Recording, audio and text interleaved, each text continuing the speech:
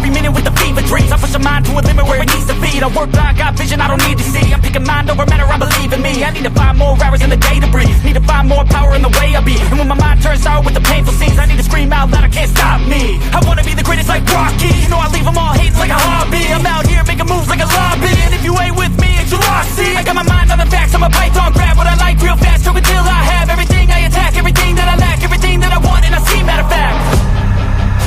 Cause I'm my own worst enemy. Only if I let it be. I can control anything if I can just think carefully. I control my destiny. Deep up in my mind I manifest it. Every morning I wake up obsessed, and everything I do the best. And deep within my mind, you know I'll always manifest it.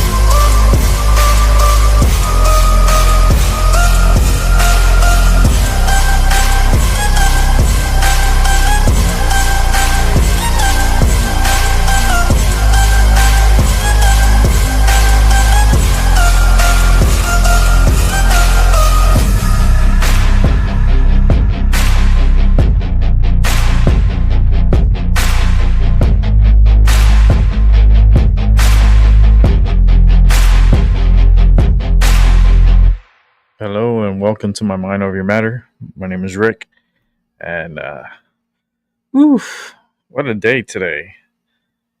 What a day! I was very busy, and not even being busy, but it was Night of Champions for WWE. It was pretty entertaining. I'm just too good at with the storylines. I mean, I would love to have been a writer for WWE because, like, it's like future telling and telling a story and especially during a match, and it's so cool how everything's put together, and it was nice. The stage was really big. I was like, whoa, Saudi Arabia has money, and of course they glammed it up. It makes me excited for the Royal Rumble because I believe the Royal Rumble is in Saudi Arabia next year. So I'm looking forward to that, actually. Like, it'd be something different, it's a different country, different crowd. I know they're going to be super excited. They're going to have to get like a really big stadium to fit all those people. But I think it'll be super entertaining. And down the line, maybe a WrestleMania. I mean, they got the money, go where the money is. That's the game of life. It's money. Money is very important in life. It helps you be more successful for sure. But you need that currency, man. That's what it sucks about life, right? It's like, yes, I'm free. I can do what I want any old time. Yeah. So you got to pay bills. And you're like, that freedom has a cap. And it's pretty high, and I gotta pay those bills because if not, they're gonna cut my shit. And no more show. Lights off. Turn all this shit off. Turn off these candles. Too many candles on. Just leave one candle. Oh no, that'll be the budget. The budget show. I have one candle lit. No, but it was a good show. I had a good time. You know, Avi was there. Tyson, De La Cruz was there, and it was really good. The ending, it was okay with me. It went so smooth too. That was the cool part. Like how they put all this together, and they're able to come up with this finish, and it's premeditated, right? But then you're watching. It's like theater. Okay, wrestling is kind of like theater because it is entertainment. It's sports because it's physical, but it's physical entertainment. It's like watching ballerinas and they're kicking each other and throwing and being thrown around. Okay, it's like choreography. It's all choreographic. It's already premeditated moves, and how these guys work together and call like the moves on the spot, and it's really it came out really nice. Picture wise, it was really nice, especially the ending. So if you didn't see it, go watch it on Peacock. Night of Champions. Actually, the pre-show started at 11 a.m. and the show started at 1 p.m. So I'll probably rewatch it again tonight because I was running around. I had to step out and I was running around and had to get some stuff done, and I came back just in time for the main event. And yeah, I think the only one match that I wasn't like too fond of, I think I would have to say, hmm, I think the Karrion Cross Sami Zayn match was like, to me it was like, eh, it was like a to me, because I think Karrion Cross, they could do better with him. He's a definitely good wrestler, good talker, definitely a good talker. But not really pushed in the company. And I think the Sami Zayn match was like, um, what other match? I think that Jay Cargill match with Asuka was another. Jay Cargill was like to me. She's just I think she's like being pushed too hard. She kind of reminds me of like, I don't know if it's a good comparison, but like how they pushed The Rock and how they were trying to push him. And I think she does more, probably will probably be doing better work as a heel than as a face, because like she's, I think technically she could be a really big bitch, like if she's a heel, and I think it'll make her flourish more. That she can play babyface and heel, but the babyface she's not so good at. I don't know. It doesn't fit her character, especially her physicalness. Like that girl's a fucking specimen, man. Even though they're all wrapped up like cocoons today, all the females wrestlers were wearing bodysuits. So if guys out there have a fetish with leather bodysuits, females wrestling in bodysuits, this was the pay-per-view for you. Um just because it was like, even SmackDown was crazy. But yeah. In 2 weeks it'll be Saturday night's main event. I wanna look at it. I wanna watch it. It's Goldberg and Gunther is the main event of that pay-per-view. So it's not even a pay-per-view. It's gonna be televised. I believe it's NBC. You can watch it, or on Peacock. The only thing I forgot to grab is my water. Out of everything, I forgot to grab my water. And I don't have any news opened up. That's a surprise, right? Today I have nothing because everything's been pretty like not too crazy. Everything's been seems like the energy is kind of like back to normal a little bit. I'm tired because I've been running around, so I'm yawning. So that makes you sleepy. I'm sorry. Everybody's gonna start yawning. I'm trying to see. Hundreds of thousands more. There's Iranian. Maybe we could watch this because this has to do with Iran. So let me just open that up. Um, just grabbing some news real quick so we could watch. I haven't watched any news, so I've been pretty busy today. But let's catch some news. But I am tired. I am tired. I'm like, it's Saturday. I'm feeling good. I'm like really relaxed. I'm about to actually smoke a joint that I have here.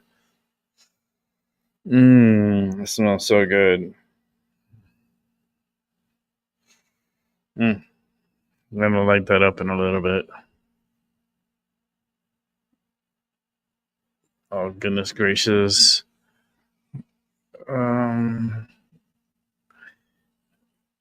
yeah, there's not much going on as far as like news. Not really anything. Not something I'm gonna go crazy over. You know, Trump demands action on a tax bill. My vision's been acting crazy today too.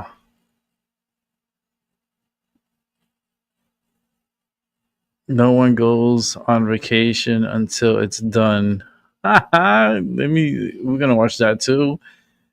Yeah, because they gotta get this bill done and try to get it done before the 4th. And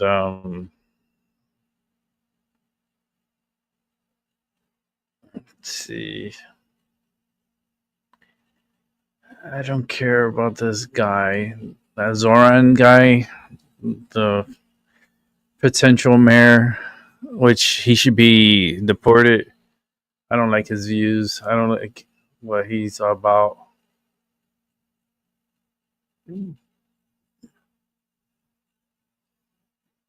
I guess those yeah,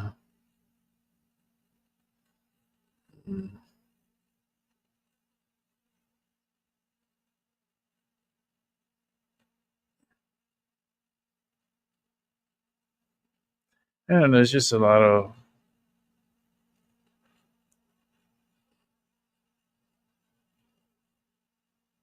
okay, so people were protesting in Israel and Tel Aviv demanding a deal to return Israel's hostages held by Hamas. Yeah, we could take a look at that. We could take a look at that. I mean, the news is so soft, you know. I mean, it's a good thing, you know, because what I mean by soft is like it's not really anything too crazy.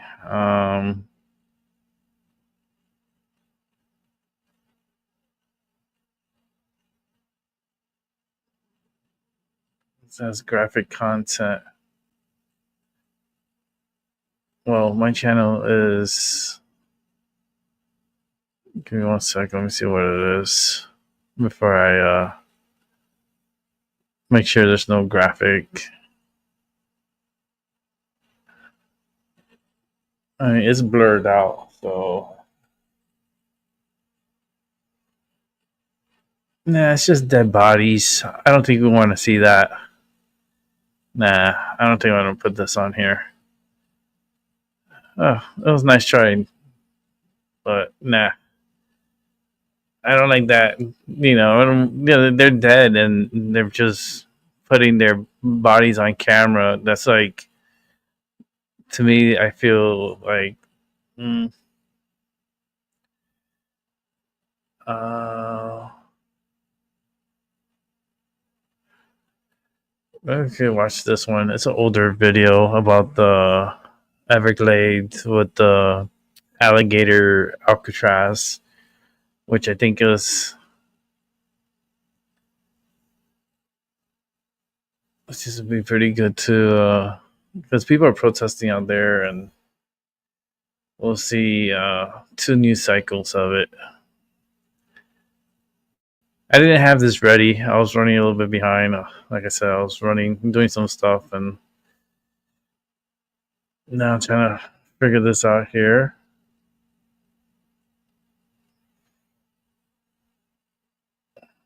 What is this?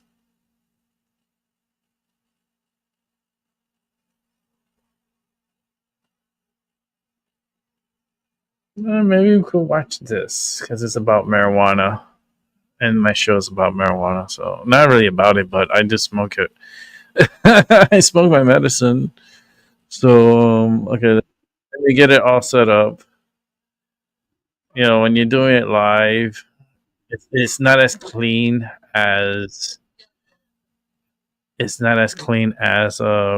pre-recorded or recorded because everything you can edit, you could like paste and and copy in and so forth and do segments of it. But I do this on the fly, and that's what I'm doing. Give me a sec. I'm gonna get the news. Let's start with Iran. I think the Iran stuff is let me see. Okay.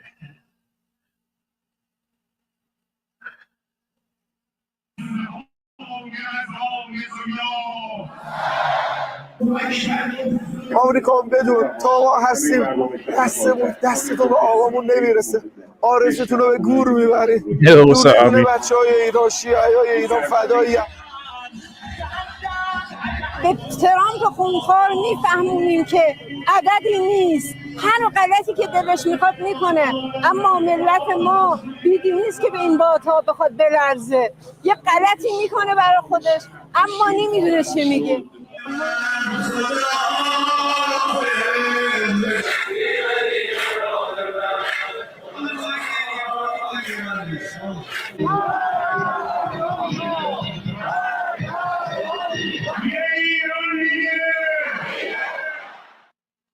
See, if the world if Israel was really bad, they could have like attacked that place right there and just killed all those people. But I guess they gave them like leniency there because a lot of bad people, and this world is wild. Let's go to this. Trump demands action on tax bill. No one goes on vacation until it's done, motherfuckers.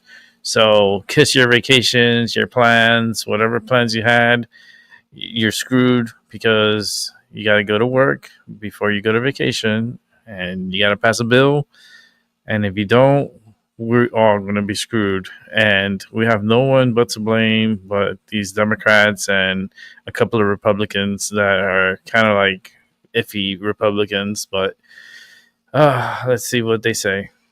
Back. Well, a scramble for the Senate to finish its rework of President Trump's big, beautiful bill with just over one legislative week before the July 4th deadline. The president posted this on Truth Social. To my friends in the Senate, lock yourself in a room if you must. Don't go home and get the deal done this week. No one goes on vacation until it's done. The Congressional Budget Office releasing its dynamic score of the bill, finding it would increase the deficit by $3.4 trillion, including interest. Joining me now is the Committee for Responsible Federal Budget President, Maya McGinnis. Maya, it's great to see you. Thank you so much for being here. We've talked back and forth about the spending in this bill and what it means for debt and deficits over the next 10 years. Where do you see potential improvement? Well, there's lots of room where there should be improvement. What the Senate has done to change the House bill has made some improvements, primarily in the Medicaid space, where there's this huge state gimmick that goes on for provider taxes. And what the House did to try to improve that wasn't nearly as aggressive as it could or should be. And the Senate has taken steps to improve that. They should go further. And additionally, the Senate took a lot of those tax tax components that they're extending and made them permanent rather than temporary. That's better for tax policy. That's better for certainty. On the other hand, the Senate has weakened a number of parts of this, pulling back on food stamps. There are a lot of things that they have to drop from the bill because they don't work in reconciliation. So we don't know the final score on the differences between the two. But what we do know, Maria, is big picture.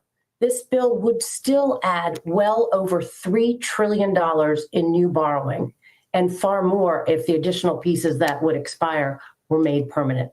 We cannot afford that right now. We should be looking at many more offsets or scaling back the tax extensions that they're putting in there or the new taxes. But what we should not do is pass a bill that will make the debt worse. And it's still on track to do that by the trillions. But Maya, what about the idea that on the other side of this, we're going to see economic growth? Because, you know, you're talking about the tax extensions. This is something now that business is expecting. Small business, big business. It's now in their models that they are expecting to see those tax cuts extended. And if that doesn't happen, you actually could see a spiral situation where markets go down, businesses stop spending and investing in the future. I mean, I spoke with the chairman and CEO of Bank of America yesterday, Brian Moynihan, and he felt that the markets and the economy need those tax cuts extended. Watch this.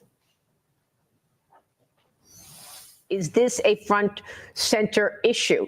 Getting those tax rates extended, ensuring they get this bill over the finish line? Well, there's an assumption they'll be extended so much, though, that if it didn't get extended, it would be a real shock to the system. And that's what everybody's working to avoid. The debt is more of a front and center topic in America today. The levels have gotten to where there's more concern among bipartisan and things like that. So that's where I think there's hope. Back in about 10 to 12 years ago, there was a bipartisan commission to try to figure out how to solve this. I think you could see efforts to push through some way to manage this more effectively. But I'd say that the taxes really, everybody's assuming to get through, would be real shock to the system. They don't. So I think that's the number one thing, just to take away that tail risk of it not being extended. So, Maya, I do agree that, you know, debt and deficits have become front and center conversation for business people and managers of business today. But you just heard what he said.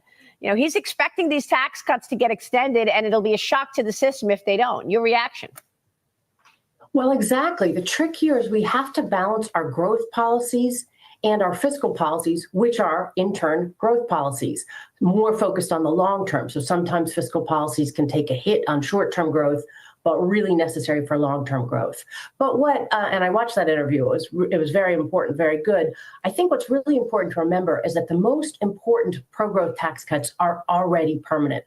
We brought that corporate rate down from 35% to 21%. That's not going away. That's in place. There are a number of the tax cuts that we're extending which are much less effective in terms of pro-growth. And there are a number of new tax cuts that we're adding which the markets aren't anticipating. So first, we could scale back on some of the tax cuts if we're not willing to offset them. The best place would be to find a lot more spending reductions so that this is a bill that does smart pro-growth tax policy without adding to the debt, which is anti-growth policy. So the second thing is that we've sorry, go ahead. No, please go ahead. Second thing is what? Well, we've seen the new dynamic scores. There's a whole range of dynamic scores out there. So when you look at the overall economic effects, the problem, Maria, is now that we have so much debt that the additional effects from borrowing counterbalance the pro-growth effects of the actual tax policy. So the CBO, for instance, has found out that the overall economic effects would be negative over $400 billion because while you have improvements from the tax policy, all of the higher interest rates and inflation and the restraints it puts on the behavior of the Fed means interest costs would go up about $500 billion if we do all of this through borrowing as planned. So those are the things you have to balance. The more responsible fiscally this is, the more pro-growth it is. So what about growth in the second half of the year and in 2026? I mean, the national debt now sitting at more than $36 trillion. We've got the latest Treasury Department data, which, of course, is also including the questions around the debt ceiling. You know, what do you think about Rand Paul's idea, Maya, that he said, let's take a little out of everything, and that will get him to buy in to actually agree and support the debt ceiling increase? So I think that Rand Paul has been very responsible on this overall issue. He's really trying to figure out how to make this more fiscally, improve it fiscally, and also noting that, listen, we have never increased the debt ceiling by $5 trillion before, while combining it with a bill that would make the overall debt worse. It used to be that the goal, and particularly for Republicans, they put out there for every dollar in debt ceiling increase, you wanted to reduce the debt by at least $1. This is moving in the opposite direction. A huge, massive debt ceiling increase coupled with a huge, massive increase in borrowing. That's not the right structure. So but I got to go back to growth, Maya. What kind of growth are you expecting? Because that's part of the argument that the bill gets paid for by growth. So do you expect the kind of growth that, for example, Kevin Hassett is looking for in the second half of the year? He said 3% at least. Yeah. So if you look at the range of estimates out there, the growth from this bill would add anywhere from 800 billion, 900 billion to negative 8 or 900 billion. There's a huge range out there. My assumption is that it's pretty much in between, where we'll probably have some negative growth as structured, not nearly as much as they're assuming, which is about $2.6 trillion in growth. That's many multiples of what any credible outside estimator is assuming. And Kevin's numbers actually look at a lot of things that aren't a part of the bill. It assumes a lot of other things. I think the biggest thing right now for growth, in addition to sensible tax policy, but more importantly, sensible fiscal policy combined with that, but is certainty in the economy. Yes. What we can't have is sort of unknown policies. We need to know what the policies are going to be, work around them. With this fiscal bill, the very likely impact is there'll be a huge short-term burst of economic growth, kind of a sugar high from all the new borrowing. Looks like it would add about $600 billion to the already massive deficit in the first year it's fully implemented. But then it would have negative growth over the rest of the decade as those debt effects start to outweigh that sugar high. That's what we have to try to avoid. All right. Maya, love to get into the weeds with you on this. Such smart analysis, and we appreciate your time. Thank you. Very interesting. Very, very, very interesting. The times are just very unique times. Let's check out this story.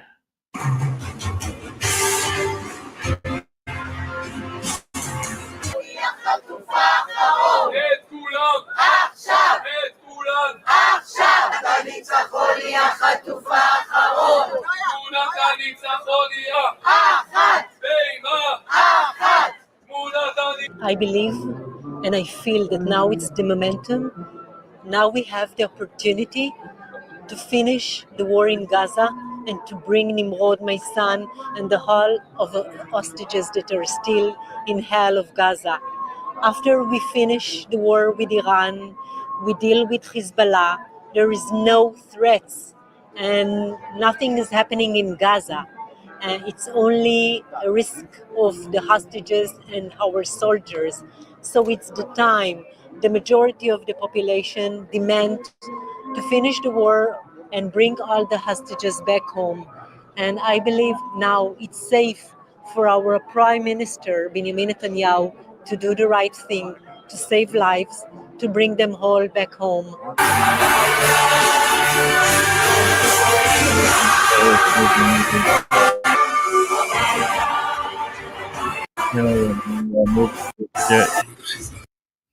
Nobody want to hear the music. Okay, enough of this. They want the hostages back. Okay, so we got that point. Let's go to the next here. Alligator Alcatraz. Old airfield tucked deep in the Everglades will soon be used as a migrant detention center. It's being called, quote, Alligator Alcatraz, and it's drawing national backlash. Surrounded by wildlife and miles of swampland, critics say the remote location raises serious safety and human rights concerns, not to mention worries about the fragile ecosystem. Let's get right to local 10's Andrew Perez live in Okeechobee with the growing calls to shut it down. Andrew? So stupid. We've been watching all day long. This thing is being put together at record speed. It could be open as early as the beginning of next month. We saw truck after truck driving into the airfield. They say next month. Next month is next generators. week. You name it. The sky rows of trailers spotted all around the place. To the surprise of so many, work here has begun. The state has exercised the executive powers that the governor has through his executive order. This old airfield in the heart of the Florida Everglades will soon become a detention facility for migrants. The state's attorney general blasting the news on social media. I call it alligator Alcatraz. You don't need to invest that much in the perimeter. People get out, there's not much waiting for them other than alligators and pythons. Protesters sounding the alarms after just learning of the idea of it. Miami-Dade Mayor Daniela Levine Cava says she reached out to the state when she heard it, raising concerns. It is an area that we have invested as a nation billions of dollars for protecting. It's an area that is under federal oversight, part of our restoration plans for the Everglades. She asked for a review of the impacts, but got this response instead on Sunday from the state, citing an immigration emergency, that time is of the essence. The facility, set to house at least 1,000 migrants for now, at the Dade Collier Training and Transition Airport with tents and some infrastructure. We're reviewing everything from a legal perspective. Homeland Security Secretary Kristi Noem thanking Florida, saying FEMA will help fund this big effort. Demonstrators fear this is getting out of hand. Not only do I protest what ICE wants to do, but don't develop any of these natural areas that are already set aside. Even at this hour, still a lot of work being done in and out of this airfield that was mainly being used by pilots who are training or practicing. The concerns are development in an already sensitive area out here. How much bigger will this grow? Also, for immigration advocates, what will the conditions be like? Is this more of a tent city situation with infrastructure around it out in the Everglades? State and federal officials, by the way, they are saying they want this done quickly and in a cost-effective way. That's the latest here out in the Everglades. I'm Andrew Price, Local 10 News. They're going to need to put some fencing. They're definitely going to need to put some fencing around that perimeter. Where for the second weekend in a row, hundreds of people lining the streets outside of what state leaders are calling alligator Alcatraz. And the new detention facility under construction to house undocumented immigrants. Local 10's Linnea Sue Paul went to this morning's protest with the arrival of detainees just days away. A peaceful yet passionate demonstration. Oh, we see so many poster boards out here. Each one tells a different story. Use that word. But the theme is the same. They think that this detention center will be detrimental to the Everglades. Not a good word. They lined Highway 41 with one single mission and a message to the governor to put the construction of a new detention facility to house migrants on hold. They're building something that is Highway 41. Devastating to us from a humanitarian standpoint, from a moral injury standpoint, and from an environmental standpoint. It's just incredibly sad. But the let's stop it right here. How the hell do these people get here? Look, all these cars parked. Oh, you're parking on the grass. And guess what? You're harming the environment. You're parking on the fucking grass. You put all your shit back here. Now you're endangering the Everglades, and like that doesn't make any sense to me. This highway is a functioning highway. This highway takes you to Miami. You could go to Miami, and this actually takes you to Naples. It takes you to Bonita Springs and to the west side of Florida. And imagine you have to drive through this shit, and you have these people standing there like fucking idiots, and that's not safe for these people to be standing there.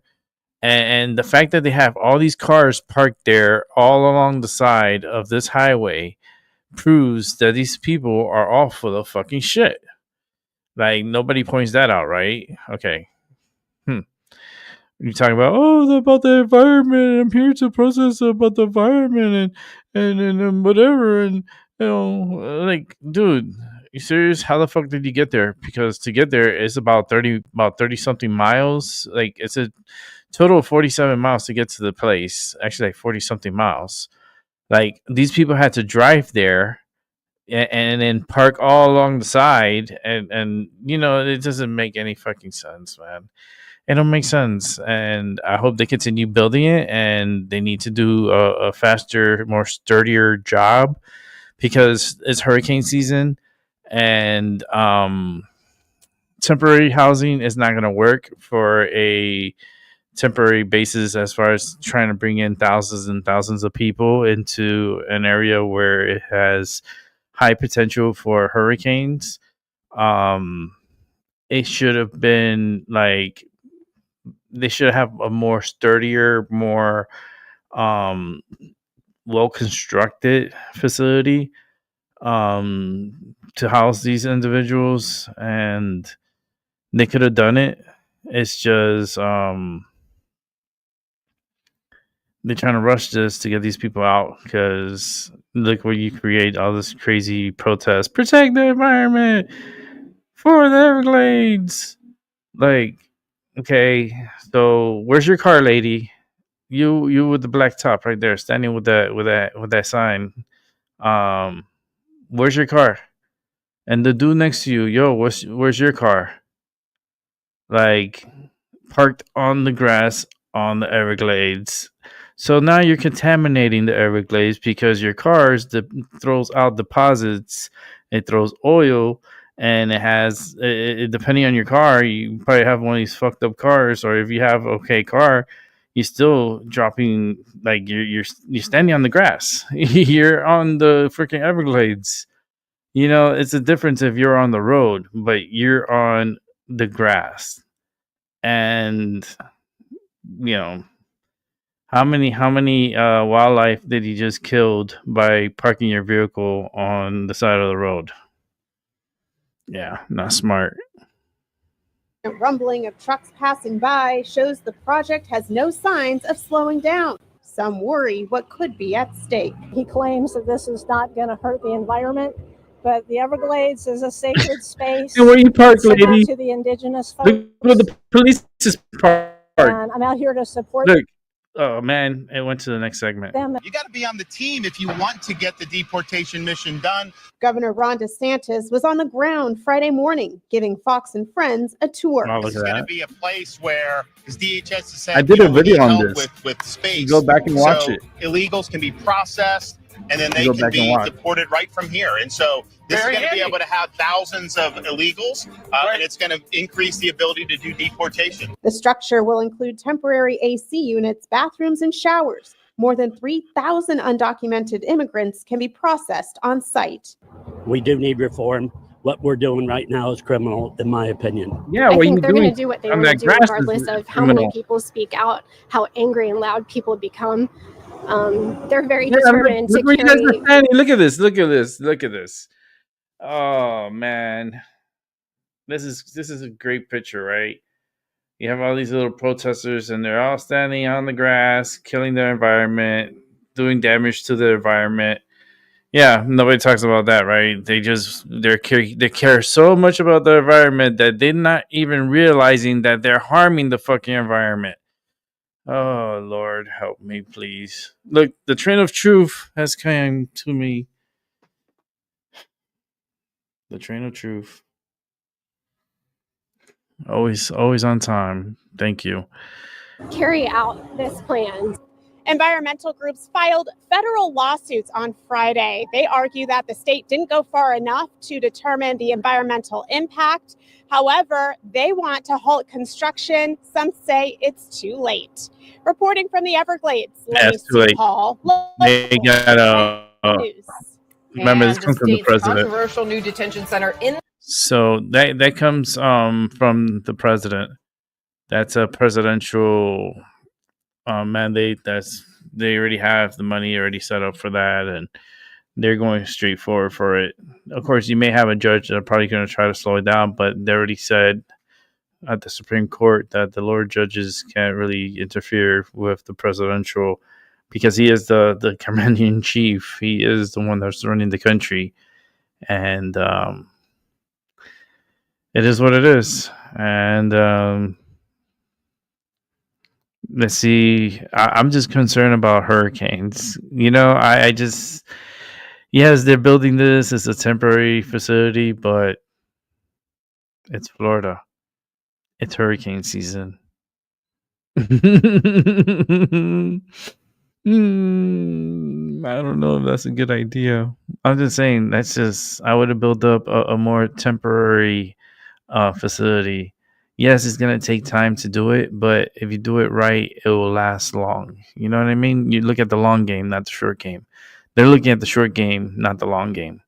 So I think this is gonna take a lot longer than just, you know, a few months or a few years. Like, no, I think this is gonna be a very big problem because you got to remember over 22 million people crossed through that border, and who knows all the gotaways, the ones that they call gotaways that just snuck in and they don't know who came through. They don't have a number. So, you know, they're here and they're living amongst us here, and that's the problem, you know, that we're dealing with, and it's going to cost American people a lot of money. It's going to be very expensive. Very, very expensive operation. But like I said about the alligator Alcatraz, I like the name of it, alligator Alcatraz. I could live with it, you know. But bring back the original Alcatraz, and make sure you put Nancy Pelosi and all these crooked individuals. Throw Chuck Schumer in there. I don't care. I know he's sick. He's in the hospital, but they'll have a medical unit there, so he can spend time there. It'll be like a nursing home. It's Alcatraz, the nursing home edition, where you have all the crookedness and all the weird individuals like Letitia James. She needs to be in there too. And Fannie Willis, girl, don't think you're not in the news that you're not gonna get in trouble, girl. Well, all that noise that you made, and you still with your man, your little boo. She's still with her boo. What's his name? Nathan Wade. her honey boo boo that stuck like glue. I know what's up. I know all your dirtiness, man. She's so dirty, and corrupted, and that's the Democratic Party, man. That party is nothing but corrupted individuals, and I don't know how people could be so brainwashed by them.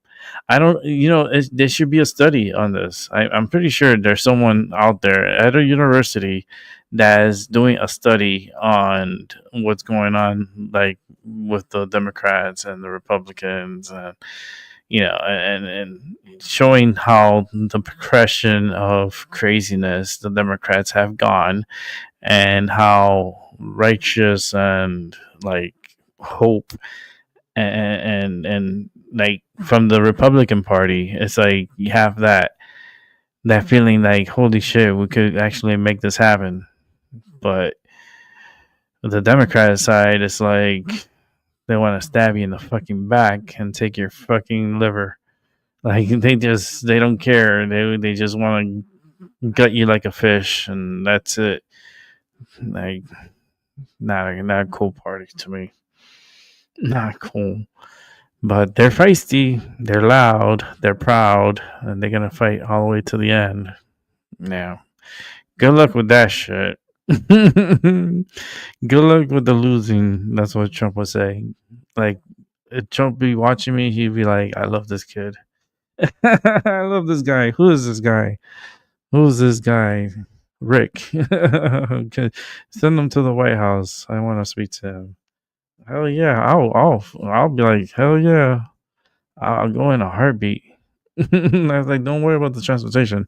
I'll rent a car and I'll go over there. Oh man. Yeah. I want to go to Washington. To be honest with you, I really would like to go to the White House. Like that would be a big surprise. Double sneeze. Woo. That's a good thing. See, now I was talking about the White House. So I must make it happen. But if I do something like that, if I was to go like to Washington, if I'm down that way, I might as well go to Virginia. I would like to go to the Busch Gardens in Virginia. Not to ride the rides. I don't care about I can't ride rides. I got a broken fucking neck. And I'm gonna rent the scooter. I'm gonna be in the scooter the whole time in the fucking park. Don't get it twisted. I ain't walking that park. Hell no. That's why they have those carts. I can't walk the damn park like that. But I'm lucky to be walking. Period. Like with my spinal injuries, shit.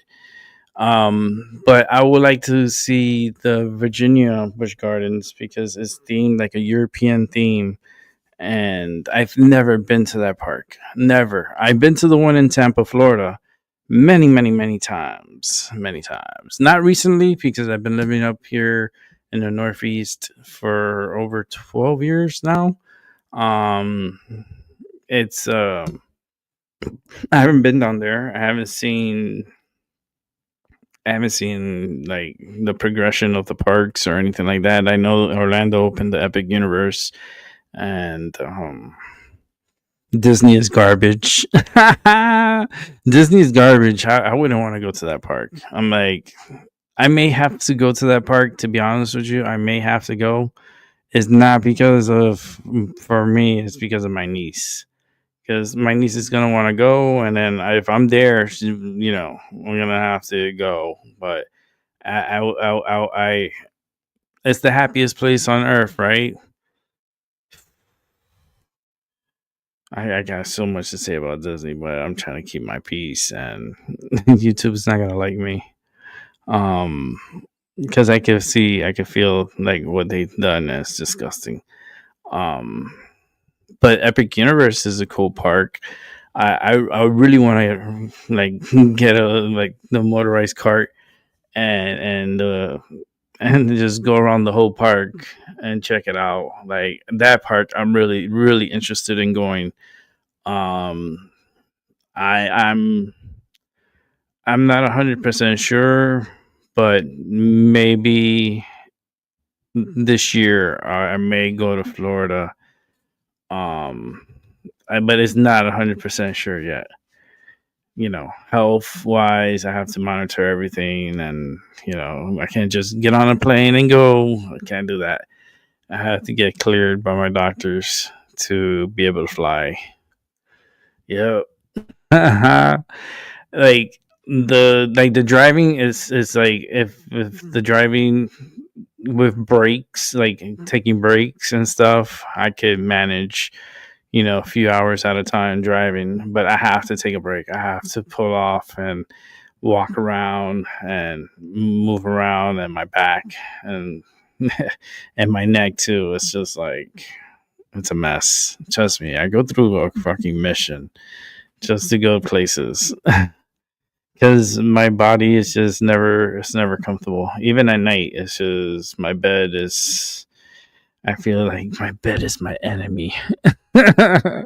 Is my enemy I sleep on, and I'm not feeling 100% comfortable. Like, because it's just I wake up like more tired than I do falling asleep. Like I'm supposed to wake up refreshed, not like super tired and exhausted, and just sucks. Like, but yeah, that's probably gonna be one of my next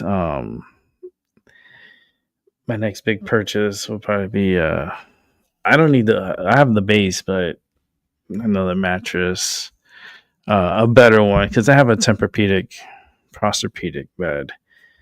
But the Tempur-Pedic, for some reason, I don't know, this it's like a little too soft for me. It needed to be just a little bit more firmer than what it is, because it kind of sinks in, and I hate that. Don't you hate beds that fucking sink in? Like, am I the only one that fucking doesn't like it? I don't like it. It's like a fucking sponge. Just like I'm like, man. And then I kind of toss and turn. I take medication at night to not toss and turn. I take dioxazine, and it's a medication that it's for people that toss and turn at night. And I toss and turn a lot. Like, if I don't take that medicine at night, expect to get beat up if you're sleeping next to me. My cats, they know. My cats don't sleep with me at all at night because I punched him in the face a couple of times. This is confessions. Confessions. Oh no. This is the confession part of the show. It's I was asleep. I was out, but I was tossing and turning, and I think I had forgotten to take my medicine.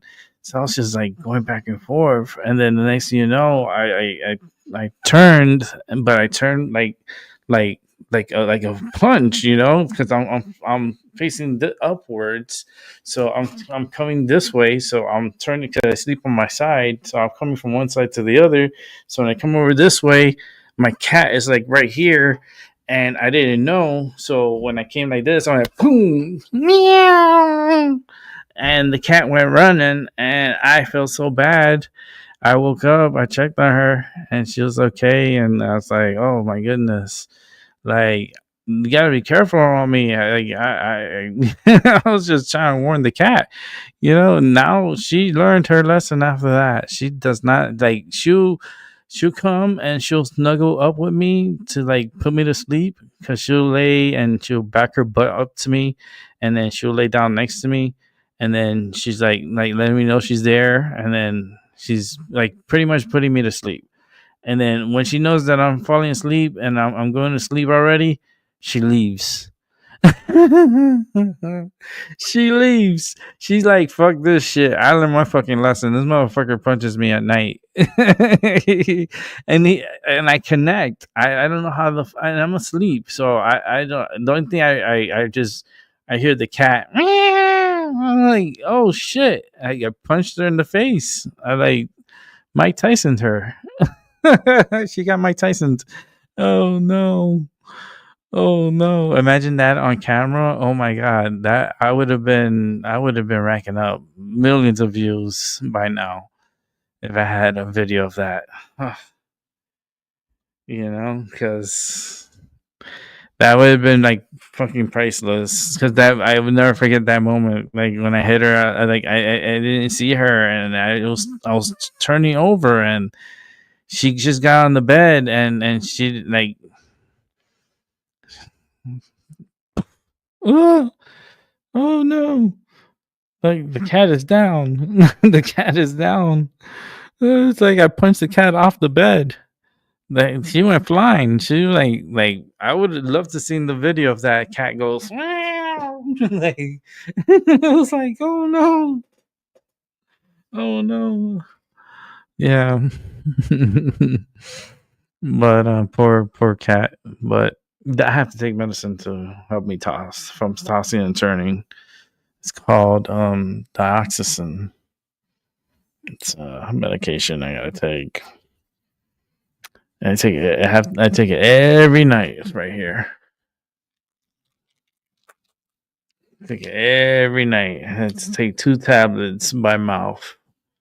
8 milligrams times 2. I take 16 milligrams. That's how bad I am in tossing and turning at night. And I think they gotta adjust it a little bit higher, because I'm starting to like notice I'm tossing and turning again. Like not as much, but I'm still doing it. And that makes me tired. That's another thing, because remember, my body is it. I have a lot of nerve damage from my spinal injury. So at night, my circuit system is not like yours. Everyone has their own little circuit systems. It's called the nervous system in your body, and mine's just fucked up. Okay, so I toss and turn, and my body's kind of like it's doing its own thing at night. It's like its own Mission Impossible at night. I'm dreaming, and my body is doing the action while I'm sleeping. Yeah, a lot of weird shit happens to me at night. I was thinking about recording myself at night. I mean, that would be some paranormal activity shit. Like, what the fuck? It's like, yeah, let's do some paranormal activity, because there's been a lot of activity in this apartment. There's been some stuff going on. And I think it's because other people are moving into this building, and they're bringing in like they're coming in, but then this energy gets pushed all around. So these energies, they're all over the place. They're all over the place. And a lot of people are there's people moving out and people moving in, and a lot that are leaving are from like the same apartments that I know that they're hot, like with activity. And there's a lot of paranormal activity here, big time, a lot. Like there's stories, people have stories here of what they seen and experience. Like if I was to interview people here, you guys would freak out. Yeah, will freak out.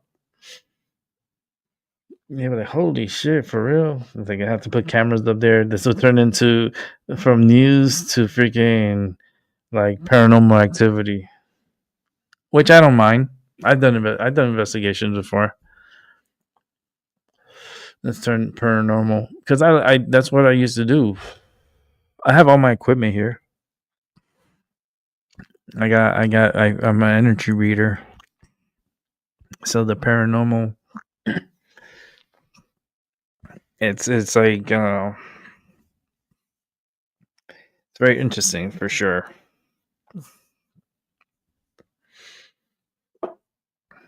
Because there's a lot of energy within the paranormal, and I believe in the energy.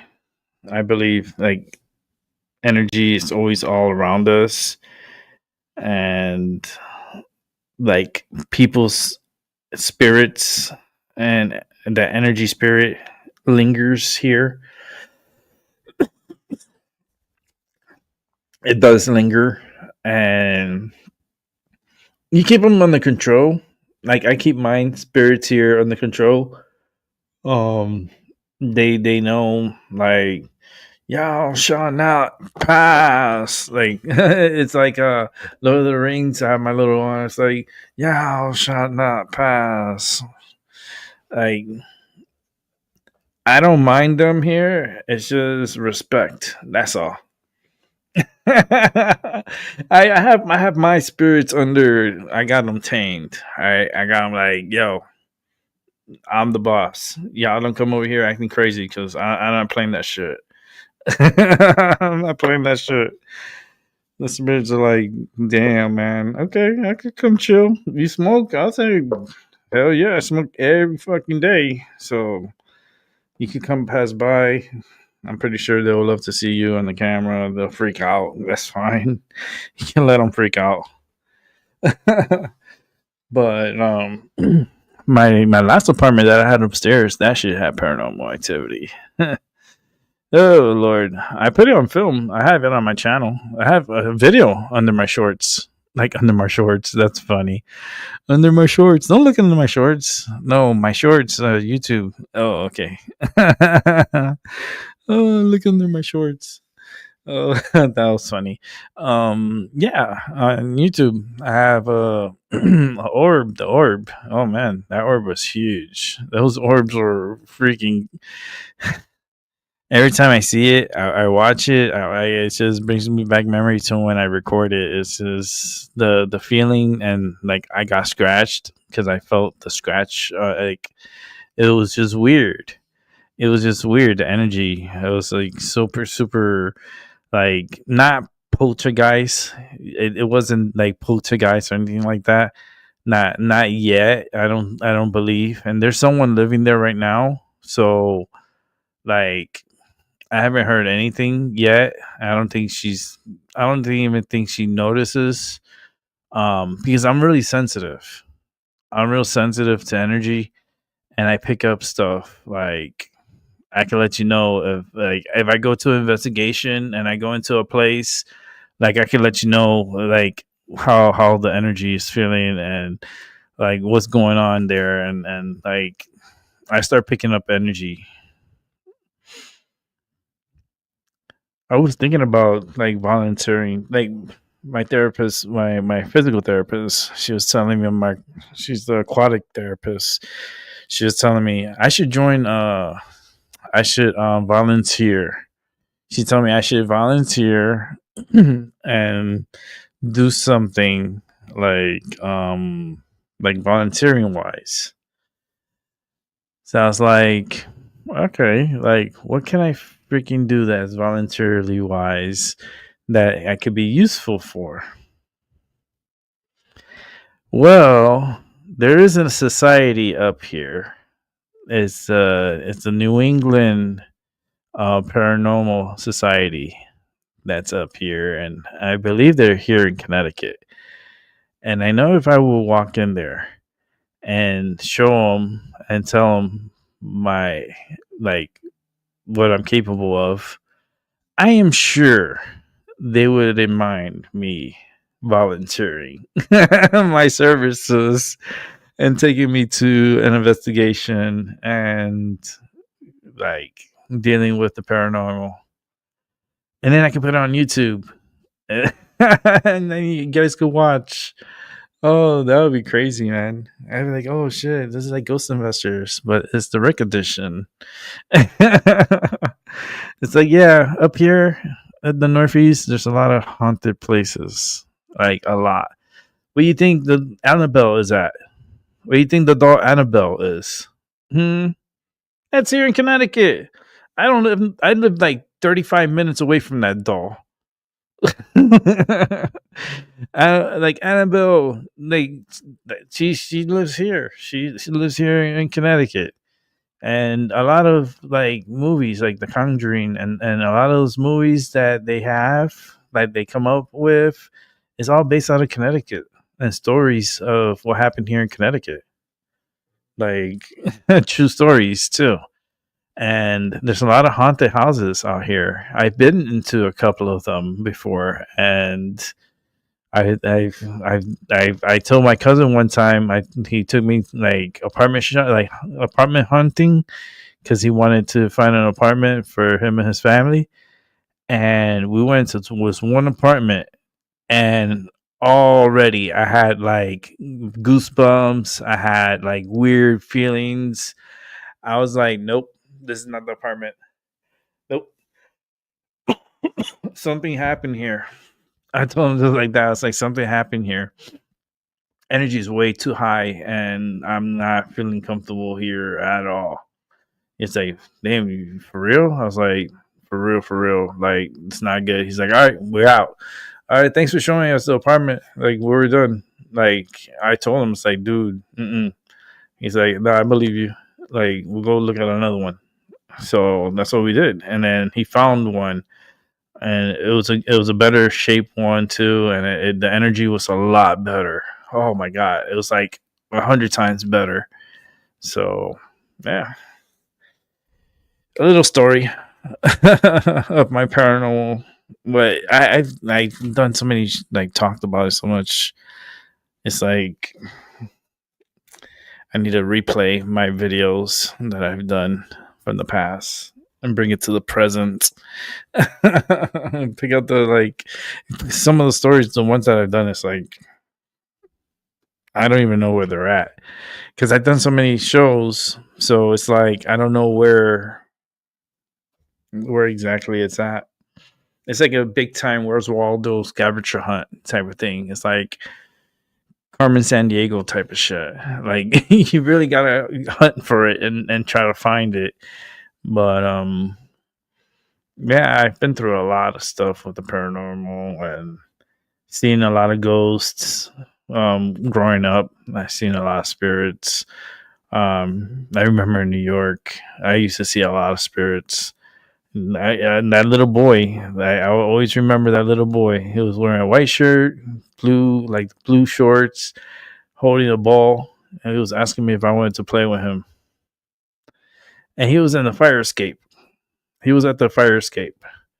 I don't know if he died like falling down from the fire escape or what the fire escape has to do with the little boy. I was little at the time. I woke up in the middle of the night to use the bathroom because for some reason I had to pee. So and the heater was on because it was cold. And I think it was like wintertime. So when I went to go to the bathroom, I looked across, and the boy was standing outside. he was standing outside and he was holding the ball, and then he was asking me if I wanted to play with him. And then I told him I got to use the bathroom. So I went to the bathroom and I used the bathroom. And then when I came back out, I looked to the side and the boy wasn't there. So I went back to sleep. So when I woke up, my mom woke me up, told me to get ready. And like, I told my mom, I was like, Mom, I got something to tell you. She's like, she came back to the room and she's like, oh, what happened? I go, I saw something last night. She's like, what do you mean? What you saw? She's like, I saw a little boy standing outside there, holding a ball, asking me if I wanted to play. And I was like, what? And then my aunt overheard. So she comes running down the hallway. I thought she was gonna kill herself running like down the hallway into the room. She's like, what do you say? Like I like hyped up energy and then like deep breathing. I thought I was in trouble. I was like, I looked at my mom and I was like, what? It's just like, no. What did you say? I go, I saw a little boy standing outside and he was holding a ball. He was asking me if I wanted to play with him. My aunt looked at my mom, looked at me, and my aunt's like, I made you a breakfast sandwich, so go to the kitchen and go eat. So stuff. I was like, all right. So I as I'm going to go eat, I'm walking slowly, and then I hear my aunt like talking with my mom, telling her, "Oh my God, I thought I was going fucking crazy." And she's like, my mom's like, what do you mean? She's like, I've seen that little boy too. And nobody sees that little boy. And your son saw the little boy. Look, I'm getting goosebumps. She's like, like he saw the little boy. I thought I was going crazy. I thought I was going to commit myself into like mental. This is because I kept seeing him and I was the only one seeing him. And I thought I was going crazy. That's what she told my mom. Like, the one that's going to confirm all that is my mom. She's going to confirm that story. And it's like, oh, shit, Rick with the fucking real receipts. Like, the living receipts. Yep. And then that night, I stayed over at my aunt's house because my aunt didn't want me to stay overnight there. And I think they were talking a lot about the spirit. The only person that would know that is my mom because I wasn't with them because I was staying with my aunt. So I stayed with my aunt.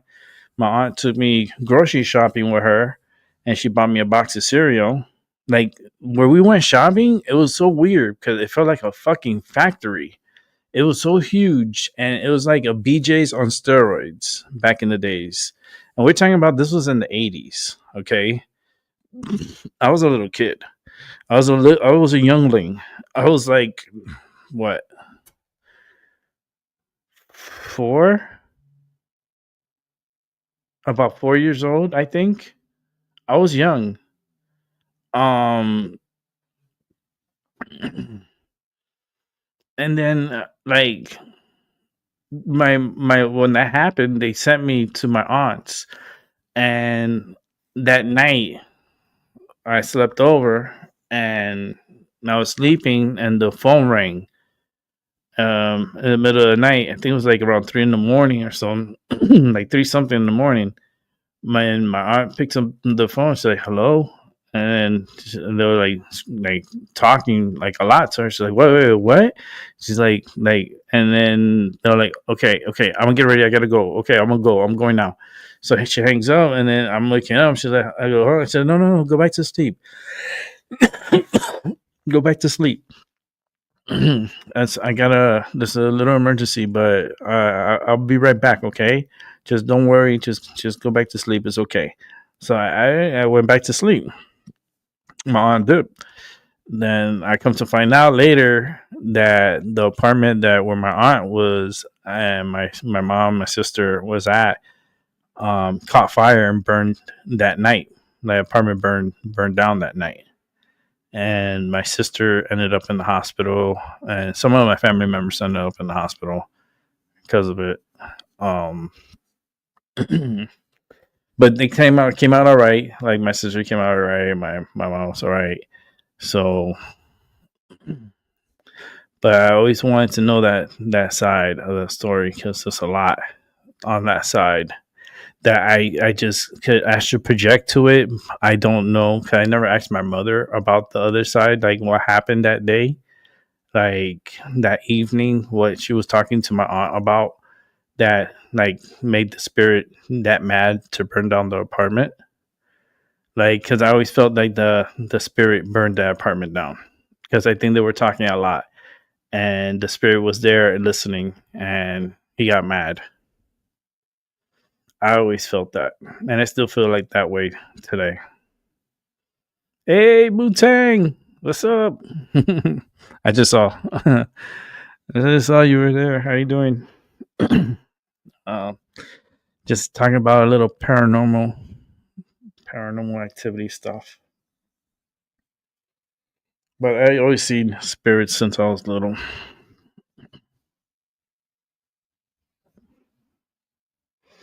Like that, like my cousins had me play the Ouija board with them when I was little. I was about like 5, 6 years old. Like literally, like I think the latest I was probably like 7 years old that they had me like play the Ouija board with them, and it would work with me. Like it would like the board would be active. Like, and my cousin's like, are you moving this? I'm like, I don't know how to spell. I was that little. And it was saying some crazy ass shit. There was a lot of stuff that was coming out on that board. They loved my energy. Truly do. I always wanted to play it again, but I had to play with someone that's really responsible and that is like very trustworthy. Can't just play with anybody.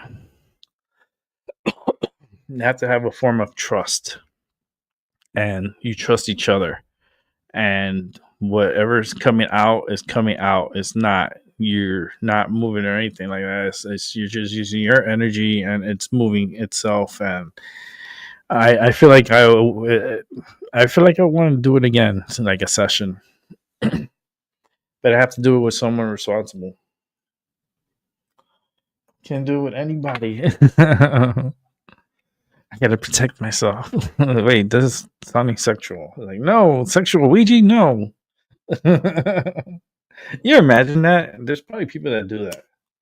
That's like that's what they do on Saturday nights. Like, wait a minute, Saturday night tonight. No, no.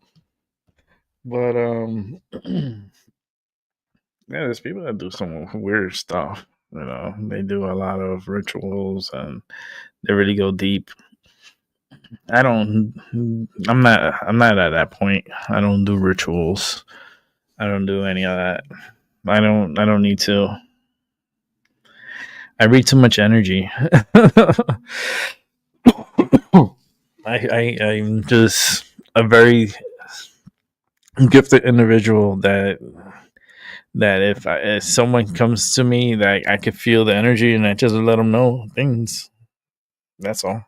I'm good at it. I've done so many shows about it. Yay! Wu-Tang's writing. Okay. My vision is sucks tonight, so I'm trying my best. I do weird stuff. I'm a weirdo. That's me. I do weird stuff. Oh no, I'm a weirdo too. That's why I kind of like you, because we're just a bunch of weirdos here. But I'm really into that. You know, since I was little, I was in pretty much like I was pretty much like how I not used. Well, yeah, I was used because I was just a little kid at the time. You know, I was indoctrinated, I guess, right? They indoctrinated me, and now I'm part of that energy, and that energy is always within me, and is always going to be within me. I remember when I was around that age of the Ouija board time. True story.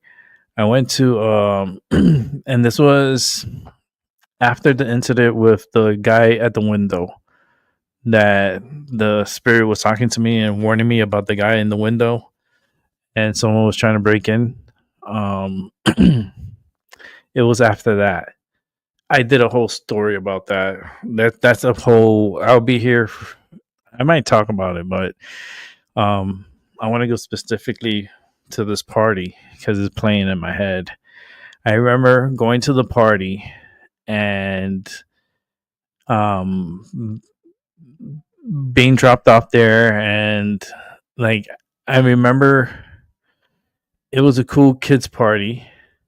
It was a lot of kids that were there, a lot of food, and we were on the street, and it was already nighttime. It was getting nighttime because the lights were on, like the street lights were on. So it was already evening time. So these kids were standing there, and they're like, "Oh, let's play this game." And I go, "What? Like, what game?" It's like, "It's a levitating game." And it's like, levitating game. They're like, yeah, it's everyone says soft as a feather, stiff as a board, and everyone has to concentrate and put 2 fingers, each 2 and 2, underneath the individual, and then everyone says it, and after the last person says it, and then you start levitating. So they were trying with all the kids, and none of them could work. So I went to the ground for them to try it on me. Sure enough, I levitated. And I remember the person at the party, there was an adult, he was like, "Hey, what are you guys doing?" Because he kind of saw like me floating, I'm pretty sure. And then they took their hands off of me, and I fell down, and I hit the ground. And I was like, what the fuck? And after that, I went home. Yep. And that's the first time I levitated. The second time I levitated, I did the same thing, and it was in middle school.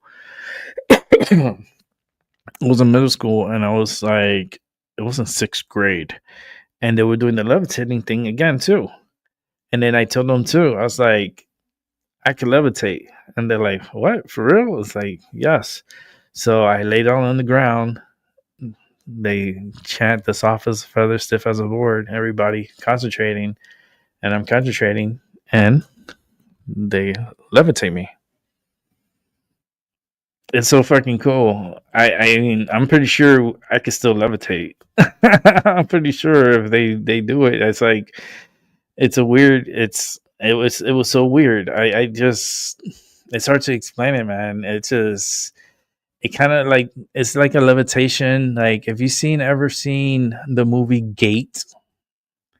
The movie Gate is with the little demons, the little gremlins, like type of things. They come from the center of the earth, and in the movie, it was the tree that got hit, I guess, by a storm or something, and then the tree, they had to take it out, and it had a big hole, and it was like really deep, and that's where the little things were at.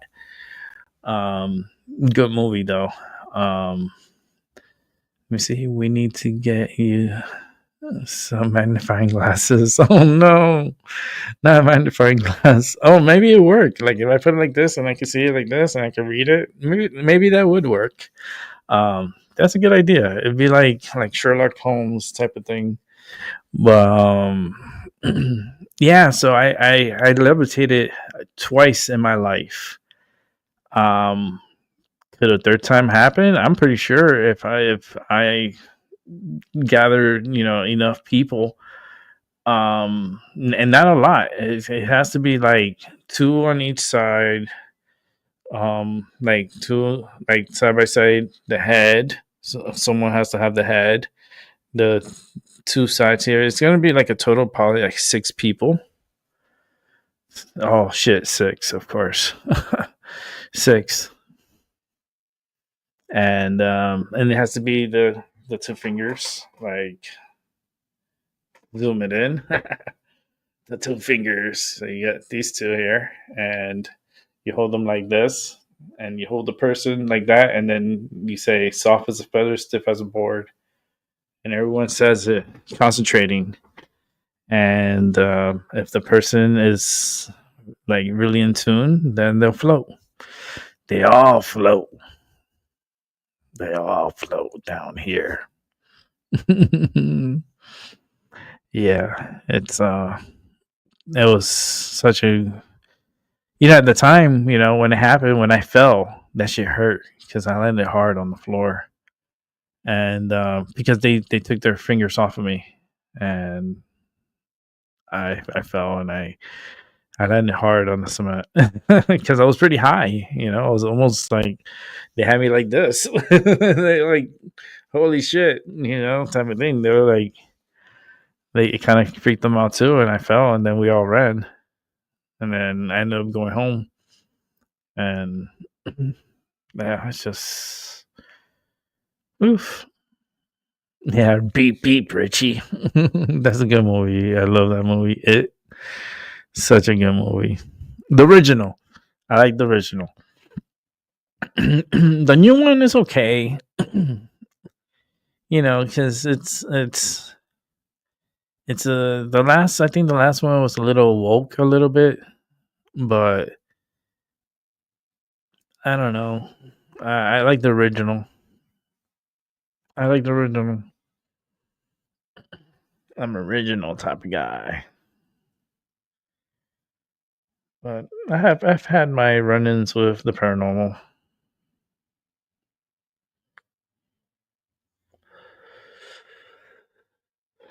And I always know when they're around. They're always around us. They're everywhere. Energy is everywhere. That's how, and like the timing, and especially when you do like investigations and go to like you go to these homes. Let me get some water because I need water. That's why I'm like choking here. Hold on a second. Get some water. A whole bunch of water here. It's like, bring my water. I'm here choking here. Be drinking. Much better. Drink water. But I like that Moonshine went all capitals so I could see better. I kind of like it because I can see it better. Yeah, because the lowercase is pretty hard, especially when I'm smoking and my vision changes, and then I can't see it. I'm like, and it's bad because I have to take off my glasses, and I'm like this. I'm like, damn. Now my vision. Now when I take off my glasses, I can't see the screen. So even if it's big, I can't see it. I can't see it. It's crazy. Like that's because of could be my diabetes and could be a lot of stuff. Could be a lot of things. Yeah, I don't like the new one that much. I mean, it's just yeah, it wasn't as bad. I know it wasn't, but I definitely like the older one. The OG is so much better. Paranormal personal experiences. Work related. Oh Lord, I love hearing this story. Oh yeah, that's right because you have the tunnel. I remember the tunnel that when you went running. I remember the story you told me. It's recorded. It's on my fucking show. We talked about this before. I told you that I wanted you to take me to that tunnel when I go to the Netherlands. There's gonna be like a date where we're gonna go running for God's yeah. Oh man. But yeah, I remember the story you told me, and yeah, creepy. I would love to go. I would love to see because I'm not gonna run. because I can't run. So I was like, listen, Spirit, if you're gonna try to make me run, it's not gonna fucking happen. Okay. If you want to walk with me, that's fine. But if you're gonna try to act some crazy shit and do some crazy shit, well, I can get crazy too. So what you want to do? Just walk with me, dude. It's okay. You can walk with me. Crazy motherfucker. I have chills. Yeah. I want to go. I want you to take me specifically to that spot. Like you'd be like, look, Rick, it's right there. Oh man.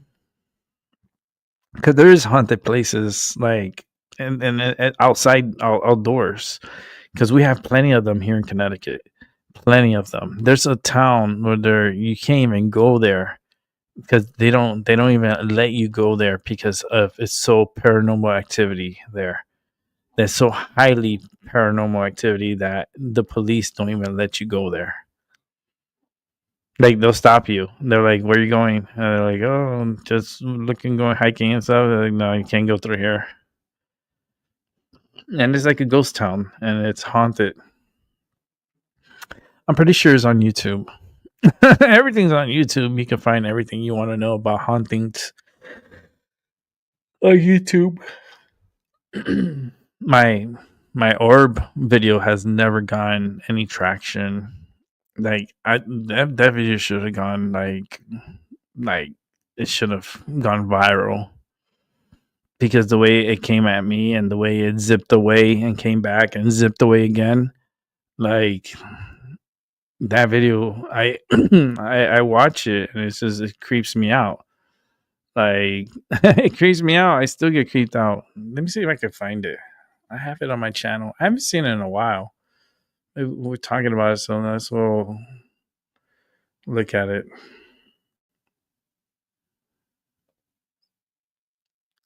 And it will be in my shorts. What a name, right? In my shorts.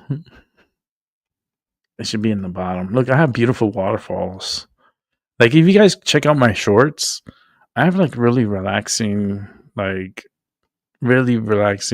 videos and patriotic and I have the duck race and a lot of Memorial Day stuff and a lot of rivers and waterfalls that I've been to. This is like my collage. Even Niagara Falls is in here and Patterson Great Falls in New Jersey. I have a lot of cool looking. Oh, here it is. Oh my God. It's right here. Okay, let me get it ready. And let me mute it because okay, let me set it up. Set it up. So this is the orb that came at me. The whole video, I have a whole bunch of orbs because this is just a snippet of the full video. I have the full video. It's in my channel. You just gotta look for it. It's under the orbs, I think. Well, I'll check for it and I'll tell you where it's at. But you can see the orb right here. Hold on. Can you see it? Oh, damn, it's so little here. Hold on. Let me see if I can make it big. I should be able to make it big, right? Yeah, here. That didn't fucking help. That didn't help, but it looks big. Look at that white dot. See that? That's the orb that came at me. And look at my cat's head. Like my cat head is right here. This is my cat. My cat's right here. She's laying down right here. And this is a bedroom right here. Like to this side is the bedroom. This is the kitchen where you see the light is coming from. That's the kitchen. And then there's a window in the kitchen.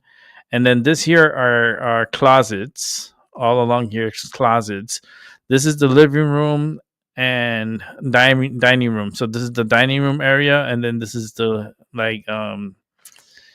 the entertainment chilling area. But I had it as my bedroom because it was much bigger here, and then I used my bedroom as a storage because this was a temporary apartment because my apartment got destroyed by a flood and water came in and started destroying a lot of shit. So they tried to salvage a lot of my stuff, and I put a lot of stuff in this closet. So you can see this orb right here. Now, when I play the video, you're going to see it move, and you're going to see it zigzag. Like a Z is going to come, like, it's going to go from right to left to right to left. And it's going to do it right down here. So pay attention to here, this area right here with the orb. And then pay attention down here where I move the camera down, and you can see the orb zigzag in and out.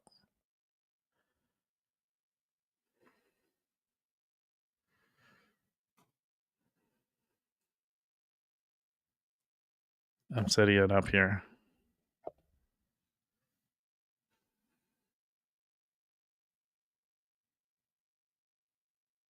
You saw that?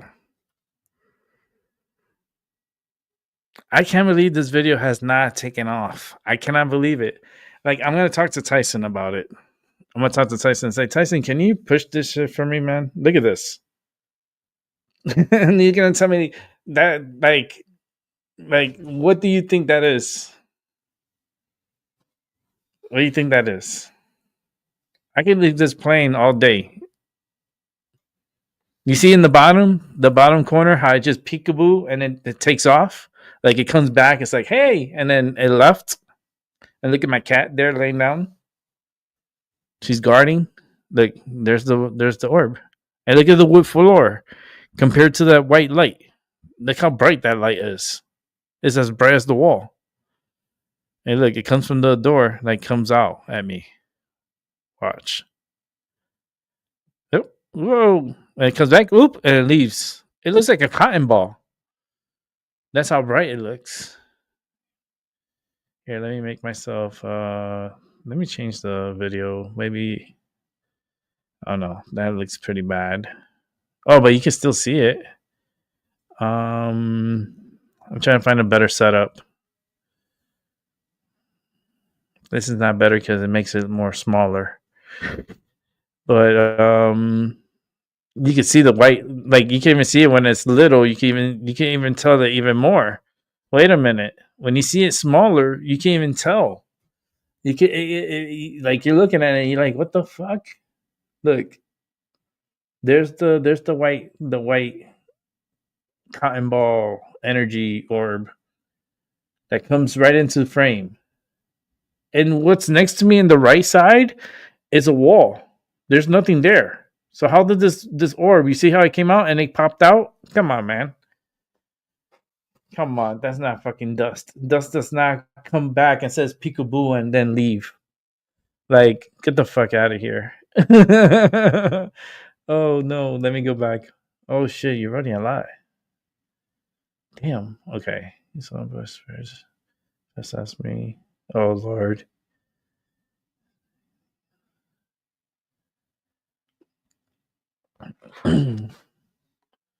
Yeah, this is the hallway of my apartment. It's fucking crazy, man. Like, they're always around me. They said that's a good thing. I was like, yeah, it's a good thing. But, like, I got it on film. That's even better. And this video should be making me, like, a lot of money then. And it's not. And I'm going to tell Tyson, it's like, dude, do you know someone that could push this? Because this is what happened to me. And this is like a paranormal activity type of thing. Like, I should have, like, investigators, like, talking to me about this apartment and interviewing me. Yeah.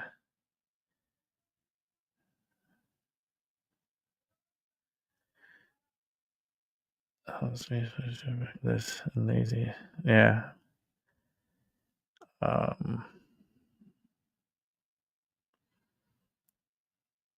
Yeah. Let's see. I remember this video. Yeah, it's one of my ones that it never took off, man. It needs to the original. I have the original there. Like, people go and watch the original.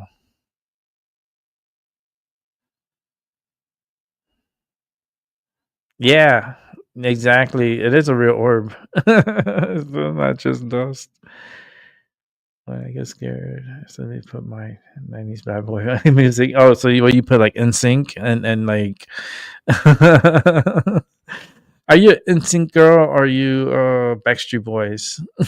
I like NSYNC. I actually did like NSYNC. Backstreet Boys was like, all right, they're all right, but I don't know, I just like that. Like NSYNC was pretty good when they first came out and stuff. It's like it's not so bad.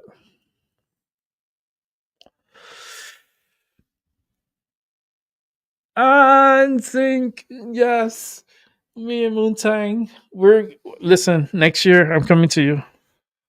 If I'm alive, I'm coming to you. I'm coming to the Netherlands. Did we just become best friends?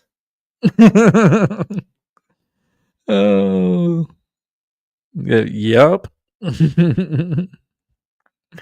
Oh man. Oh, I love smoking and laughing. It's the best way to get medicine in you. Like when you're having a good time and you like fireworks. I told you this is gonna be like this for like 3 weeks, and the 4th of July is next week. So, and there's 2 weeks after that of fireworks. It's crazy. I just, my father taught me, fireworks is burning money. You only get a pleasure for a few seconds, and there goes your money. He's like, you do better with your money. He told me that at a very young age. That was crazy. I actually did love fireworks. I love fireworks. But now as an older adult with 2 cats, the cat daddy. I'm the cat daddy. Yeah. I dislike fucking fireworks. That cat right there, that's Tasha. That's laying down right there. That's Tasha. Nala was was right behind me, and in the original video, I do show her. But look at that. But in the original video, you see more orbs. You see a lot of orbs and different orbs, and I'm thinking it can't be dust because that apartment is really clean, and not only that, I had an air purifier, and dust does not look that bright. Dust does not look that bright. I'm sorry. What fucking dust look like a fucking cute, like a cotton flying in the air? Like it looks like a cotton ball. Like when I hit play, and you see it coming downwards, like it comes like downwards.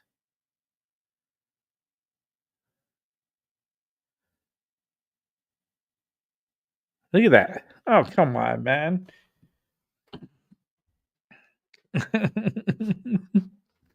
I'm gonna keep it on a loop. I'm gonna say fuck it, keep it on a loop. Keep it on a loop. I can make myself big because you can still see it when it's like, let me see. There we go. You can still see it. I mean, it's little, but you can still see the fucking white thing coming across. Like that's how you can tell the difference. Like you just looking at it and you see the white coming down. Look. Okay. Yeah. That's definitely an orb. But I always have energy around me. I don't smoke weed anymore, but with you, I will. Okay, you better. How far are you from Amsterdam? Because I know you said you were pretty close to Amsterdam. That I did forget. But I know it's not that far from you. It can't be that far from you. Because if I do fly in, I'm gonna probably fly in straight to Amsterdam. Because I don't know if I'm gonna go to England. Because if I go about an hour, oh, that's not bad. That's a little drive. That's not bad. I'm just saying because if I go to London or England, chances of me going to jail is pretty high. Oh, the chances of me going to jail is pretty high over there because the way I critique their government and critique their system, and it's a beautiful place. They have beautiful things, but there's a lot of immigration, like illegal immigrants that are there and tore up the place, and it's not as safe as it used to be. It's kind of like really like Gotham City. No, don't want to go there. I mean, if I could get Maggie to come over to Amsterdam, I think she'll do that. She'll definitely fly over. She'll come. If I'm in Amsterdam, she'll come, and I will want her to. And she could come smoke too, because Maggie, I'll buy your joint in Amsterdam. We'll go to the cafe and we'll just have a light. Oh man, yeah. But it all depends on my health, and that I definitely got to get like checked out and make sure everything's all good and everything's good with me in order to fly that far of a distance. Because you got to remember, it's flying over there and then flying back too. You know, it's a round trip thing, and that's pressure is very rigorous. For me, it's it's a thing that just hurts me a little bit more. Flights do. It's just because of the pressure. But this video is on a little loop here. Man, this thing should have like millions of views. How many views it has? Let me see. Does it say how many views it has? Let me see if I go back. Maybe it'll say. Okay. Come back to my here. It's all my. This is a cool video. I love this one. The Tibet Arts and Healing in Salem, Massachusetts. This right here is such a beautiful video. It's one of my favorite because of the music in it. It's very relaxing. And then the waterfalls. You know, I got a lot of waterfalls and streams. I love waterfalls. The beach. I love the beach. Pensacola. Oh. Patterson Great Falls. This is beautiful waterfalls. Oh my goodness. This video is very pretty. Oh. I could reminisce being there again. Then you got the monster trucks that I went to. And yeah, it's Niagara Falls over here. This is a before and after a storm, the Horseshoe Falls. So it's a falls that's not too far from me. So I have the before. It only has 27 views. That's crazy. And then the after got 52 views. So they never seen the before. They need to see. They saw the after because this is like after a storm. It's like gushing a lot of water and it was crazy. And then the before, it's like nice and peaceful and nothing happening. Pensacola was so pretty. I love Pensacola. I would like to go back. This is Kent Falls. Kent Falls is beautiful. Let's check out Kent Falls. Look at this waterfall.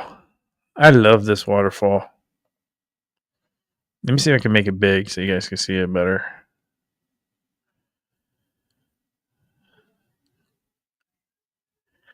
And then if you put the sound, you can hear it. Like if I could put the sound.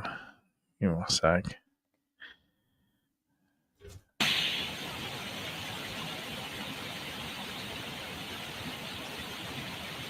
Chloe! What's up, Chloe? We're checking out waterfalls now that I've been to. I love waterfalls. Like if you take me to a waterfall, I'm your best friend. I love it. Yeah, Maggie's going through some stuff, but she'll be back with us. I've spoken to her before. You need to add one just so you can arrive and chill. Yeah, that's what I'm gonna do. I gotta let me put the sound of this. The waterfall is loud. It's loud. The waterfalls are loud. I have Niagara Falls. That's Okay, Niagara Falls, which I'm gonna go back to because I love Niagara Falls. I have two of them here. The Canadian side, which I loved, the Canadian side of waterfalls, the Horseshoe Falls. Oh my god, beautiful! And then the American side. So let's see the Canadian side first. So I'll let that play while I say what's up. Actually, let me make it big. I don't know if that helps or not, because it should be bigger than just this. That's big. That's weird. I want it bigger. Why is it not bigger? Oh boy.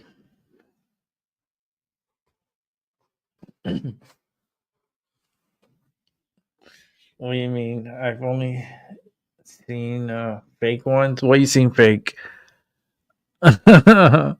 Waterfalls? No, the orbs.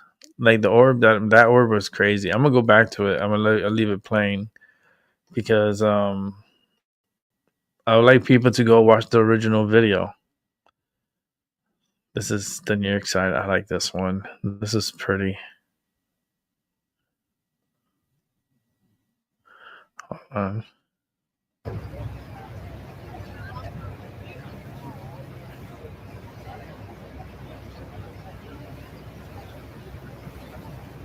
Again, for your own safety, please keep hands and feet inside the boat, and do not stand on the metal boxes on the deck of the boat. Please keep youngsters off all railings. Ladies and gentlemen, this is Niagara Falls. I didn't even have to say it. I caught the perfect timing because I started recording. I didn't know that announcement was coming on. That was my first time on that boat. So it said, "Welcome to Niagara Falls." So I was like, damn, perfect for the video.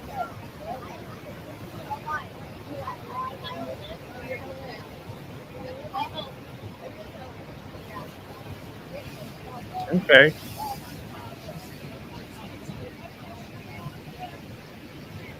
You need some waterfalls water? I'll get you some water from Niagara Falls. Like, oh shit, Rick's gonna give me some water. I can get you some water. It's a little risky, but there's a way. There's like little where you can get the water. Inside the boat. Like, I think we could do it safely. Yeah, there's a park where it's like a downward where you could go and like get water, like see where they get water. And this is like the best water right here, Niagara Falls.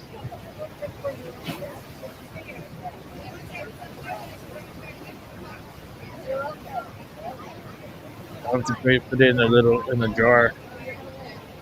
I'll have to like get a little special jar, put it in.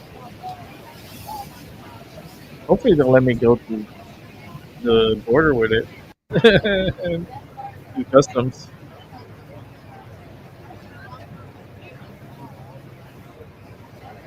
Like, what is it? It's water. It's holy water. Again, for your own safety, please keep hands and feet inside the boat, and do not stand on the metal boxes on the deck of the boat. Holy water. Please keep youngsters off all railings. Ladies and gentlemen, I mean, I can put like a plastic thing over it and then seal it. Like maybe like a steel bottle, but it's liquid. Like I can put it in the luggage. So if they take it, I'll be so pissed.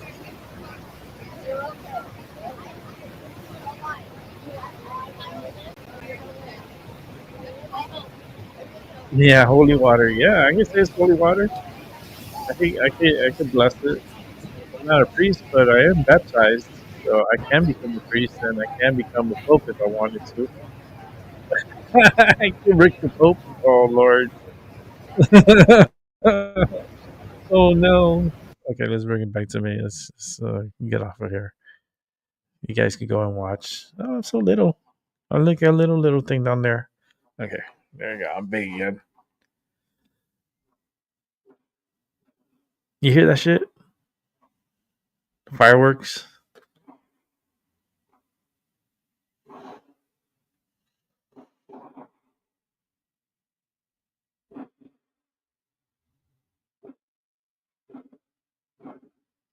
That's all night. That's gonna be fireworks. Very patriotic here, which is okay, but like I always, every time I hear fireworks, I think of my father. I hear his voice. Buying fireworks is just burning your money for a few seconds of entertainment. You could do something better else with that money. Like, because they're expensive. They're not cheap. Fireworks are not cheap. I don't know. They're not cheap, and I don't know how the industry, works, but it's not a cheap. It's not a cheap thing, and there's a lot of people that throw a lot of fireworks here. They're gonna get worse. It progressively gets worse. We're just Saturday. We still got Sunday, Monday, Tuesday, Wednesday, and then the 4th of July, Thursday. And then they'll still go Friday, Saturday, Sunday, Monday, every day for like 2 weeks. Fucking fireworks. Oh my god. It's crazy. It's funny though. Now you also go outside, you see, I could even record it, you can see the fireworks. Yeah, they're patriotic here. Well, I do live in a colonial state. I live in the constitutional state.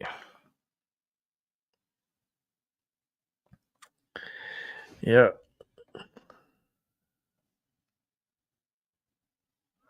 Yeah, I don't buy them. I watch them. I don't buy them. They're not good for the environment, but who cares, right? Like the people in Florida, like you weren't here earlier when I showed the people of Florida like protesting. Let me see. Did I take the video down? No, I did not. Oh, I have both.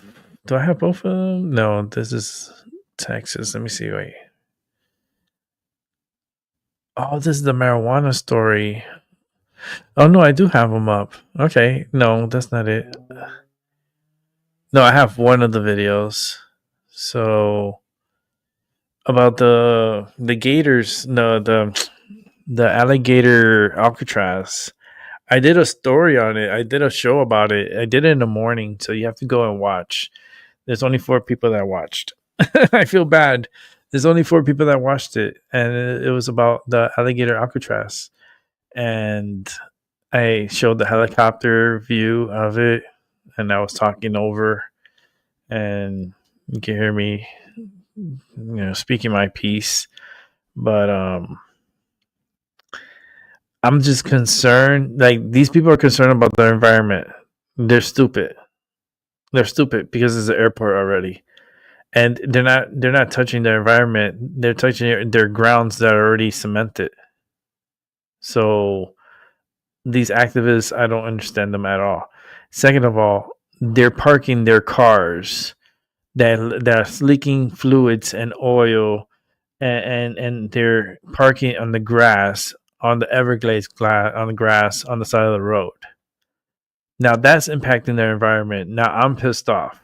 Now can I sue them because they're stepping on the Everglades grass for parking their disgusting vehicles? Oh, we could play this 2 ways. You know what I mean? It goes, like, how the fuck did you get to that place? Because that takes it's about 40 miles to get there. And when you get there, where you're parking on the side of the road, and what's on the side of the road, the Everglades, the grass, like, you're killing families, you're killing ants, you're killing bugs, you guys are like killing and not even caring because you want to stand out there with your sign that says protect the Everglades and give it back to the additional people, the indigenous, give it back to the Indians, give it back to the natives here. I mean, no, it's federal land. It's not really. It's like not only state, but it's federal, and they're using it now for a detention center for illegal immigrants, and it's gonna house about 1,000. It's gonna have about 1,000 beds, and my thing is, That's a lot of people. Okay. And if a hurricane is coming, what is the plan to do with these individuals that are going to be in a detention center that's not hurricane proof at all? Not even tropical storm proof. Not even tropical storm, which is a weak like storm. That temporary shelter is not going to work. I'm just saying. Let me see if I can find. Let's see. Let's go to Fox News. Give me 1 second. We're gonna go to DeSantis. Let me just set it up here. Because that's pretty big. That's a big deal. And they're trying to get it set up and running by next week. So they're saying, oh, by next month, we'll have it ready. You know, next month is next week. Tuesday is next month. We're Saturday. Tuesday would be the 1st of July. So on a Friday, the Everglades would be so quiet, but right now the hills are alive with the sound of construction. Joining us right now is Governor Ron DeSantis here in the great state of Florida. You came up with this idea in the last couple of weeks, right? For Alcatraz or alligator Alcatraz. Explain it. Well, when you want to have deportation of illegal aliens, there's a process the DHS has to go through to vet, to process, and then to stage them for removal. Right. And, you know, we've got jails, and our sheriffs and police are working. The state of Florida is all in on President Trump's mission. And obviously you have ICE operations, but that's not enough. And so there needs to be more ability to intake, process, and then deport. So this answers that. This is going to be able to have more than 3,000 illegals can be processed through here. We've got a massive runway right behind us where any of the federal assets that they want to fly these people back to their home country, they can do it one-stop shop. So where will the migrants come from? And we should point out, we're about 50 miles to the west of Miami, right?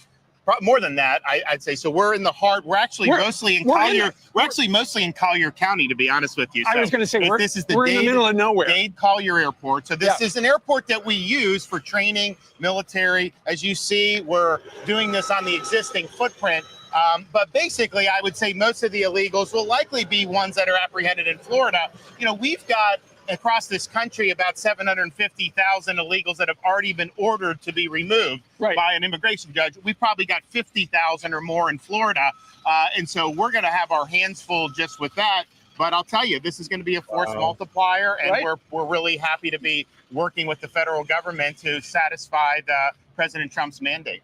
None of this stuff was here except for the runway about a week ago. Well, there was a couple buildings with the airport. This is a functioning airport. The media has erroneously tried to say it was defunct. It's not defunct. They do have flights. All those training flights will still be able to continue, no problem. But all the stuff that goes into intake and processing of illegals, you're seeing this put up. This is all 24 hours. 24 hours from now, you're going to see even more. And by Tuesday, this will be able to have intake of illegals.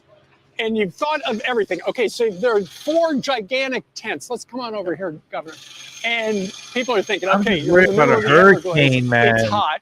That would explain why you've got this bank of air conditioners here. Yeah, so I mean, this is going to be, illegals will come in, they'll be processed. There'll be places for them to be housed. You'll have an ability for food. You'll have an ability for them to consult legal rights if they have that, because there is a process that's involved with this. So this is really everything. This is going to be a self-contained little area. And then, of course, you also have stuff for the staff that work here. So we've got laundry facilities. We've got showers. We've got, obviously, there you see the shower and bath facilities. Yep, right there. Yep. Where do you go to get a bunch of bathrooms like that? Well, so this is being done by the Division of Emergency Management. So when we have a hurricane, like we would actually have people stage here for hurricane response normally anyways, but we have it when we have all the linemen come in to do the power, Should I ask the question right there? What happens if a hurricane so comes? you have all What are this you going type to of do with all stuff. these people? So this is not our first rodeo. The detainee That's the illegal question he alien should missions ask. a little bit different, and the deportations.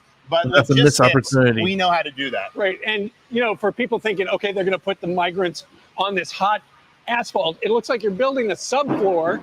And in fact, some guys are putting down the plywood. Yeah, right no, now. look, this will be, there's not going to be anything that they're hurting for anything. There'll be AC, there'll be things that everybody needs. There's medical here. So it's being done right. It's being done by the book.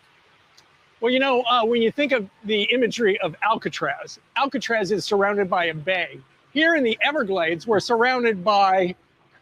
actually surrounded by gators and pythons. So this is as secure as it gets. If a criminal alien were to escape from here somehow, and I don't think they will, you've got nowhere to go. What are you going to do? Trudge through the swamp and dodge alligators on the way back to 50, 60 miles just to get to civilization? Not going to happen. So not only that is it secure, it also takes this deportation mission out of the hair of our local and state law enforcement. This has no impact on Florida residents because some of that stuff can have an impact on them if it's in more populated areas. And so logistically, this really answers the call.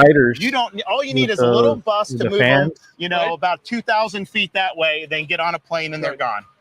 Well, listen, the DHS must love this because they're hurting for facilities, and here you are helping the federal government out. Yeah, well, I said at the very beginning when President Trump took office, you have to have state and locals on board. You got to be on the team if you want to get the deportation mission done. We're done that better than anybody, but I hope other states will follow suit. If the president is watching, I'm sure that runway over there could probably land Air Force One. An invitation from me. We can land Air Force One right there, no problem. Look, we'll get it done. I think the One. president would be impressed with what these guys are doing out here. Well, it is made to hold heavy airplanes, big airplanes, cargo airplanes. Topic regarding Alcatraz here. A couple days ago, you said regarding New York City, where that socialist won the Democratic primary. If he wins, so many people are going to be leaving New York. It's going to be a giant exodus, and they're going to be coming to Florida. Unfortunately, I think the bad governance just repels people. And I love New York City. I think it's one of the greatest cities in the world when it's at its peak. But now they're struggling. And if this guy gets in, all bets are off. And yes, the socialism, the tag wants to tax like white neighborhoods more. It's insane. But I'll tell you, when he says abolish the NYPD, eliminate cash bail, your personal safety as a resident there is at risk if this guy's policies go into effect. And that's the one thing I found talking to people that have moved to Florida.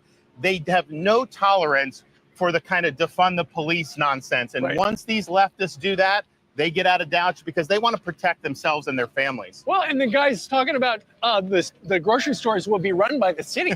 Imagine how well that's going to work out. Just imagine the DMV for butter and bread. That's going to be crazy. We know his ideas will not work. They have been tried in some areas and some of the things he's done. But even places like San Francisco have course corrected a little bit. Why would you want to put somebody in office where you know it's going to lead to disaster? Well, and I've heard that I saw on social media that one of those celebrity real estate agents said as soon as he won the primary, his phone was ringing off the hook. I don't want to buy that apartment in New York. Find me something in Florida. Yeah, and it's sad. We're proud of what we've done. Our budget in Florida, even though we have millions of more people than New York State, our budget's half the size of New York. No income tax. We're working on eliminating property tax for our residents. We're doing all this good stuff, low crime rate, and we're proud of that. But part of the reason we've been successful is because of bad decisions in New York, Illinois, California. People ask me, well, how do you guys do it? I was like, well, I have a little cheat code. All I do is watch California, Illinois, New York, then do the opposite. And when I do that, it works out. Well, and it's one of the reasons why I am now based in Florida. There you go. I am a Florida resident. We're glad to have you. My governor, Ron DeSantis. Congratulations. This looks great. And once again, if the president's watching, call the governor's office. Come take a look. It's fantastic. Thank you, sir. Thank you. He's going to go. Florence, back to you in New York City. All right. Great job, Steve. Great job, Governor. We appreciate it. I'm Steve Ducey. I'm Brian Kilmeade. And I'm Ainsley Earhart. And click here to subscribe to the Fox. Okay. Fox News, thank you very much. Appreciate it. You guys are awesome. there's a lot of illegals. The border was open, wide open, and you got a lot. Like Florida has lots of Cubans. Like that's like high amount population wise of Cubans, and then you have Haitians, and that's a very high between the Haitians and the Dominicans. It's a pretty high number, and from all around the world. We're talking about Mexicans, and they go there, and they're great workers. Don't get me wrong; they're great workers out there. But there's a lot of shitty ones too, and there's a lot of ones that cut corners, and they don't pay them as much. So since they don't get paid as much, so they're not gonna do as much. And a lot of houses, like they don't even pass inspection because they're all like they got to tear it down. It's just not good. So it's just a problem. And anyone, I think if anyone is employed, if they employ the illegals and they get caught, I think the first offense is like $500, I think, per illegal or something. And then after that, it gets to more of like more serious charge where it requires like jail time, and then you have to spend like I think like 60 days in jail. I think to put fear into that, they're gonna have to raise that up. I think first offense should be like thousands of dollars, per, maybe scare them like 5,000 per illegal if you have working, and the second offense would be a year in jail. That would put a lot of fear into a lot of people that are hiring illegals. And it sucks because there's going to be a lot of profiling.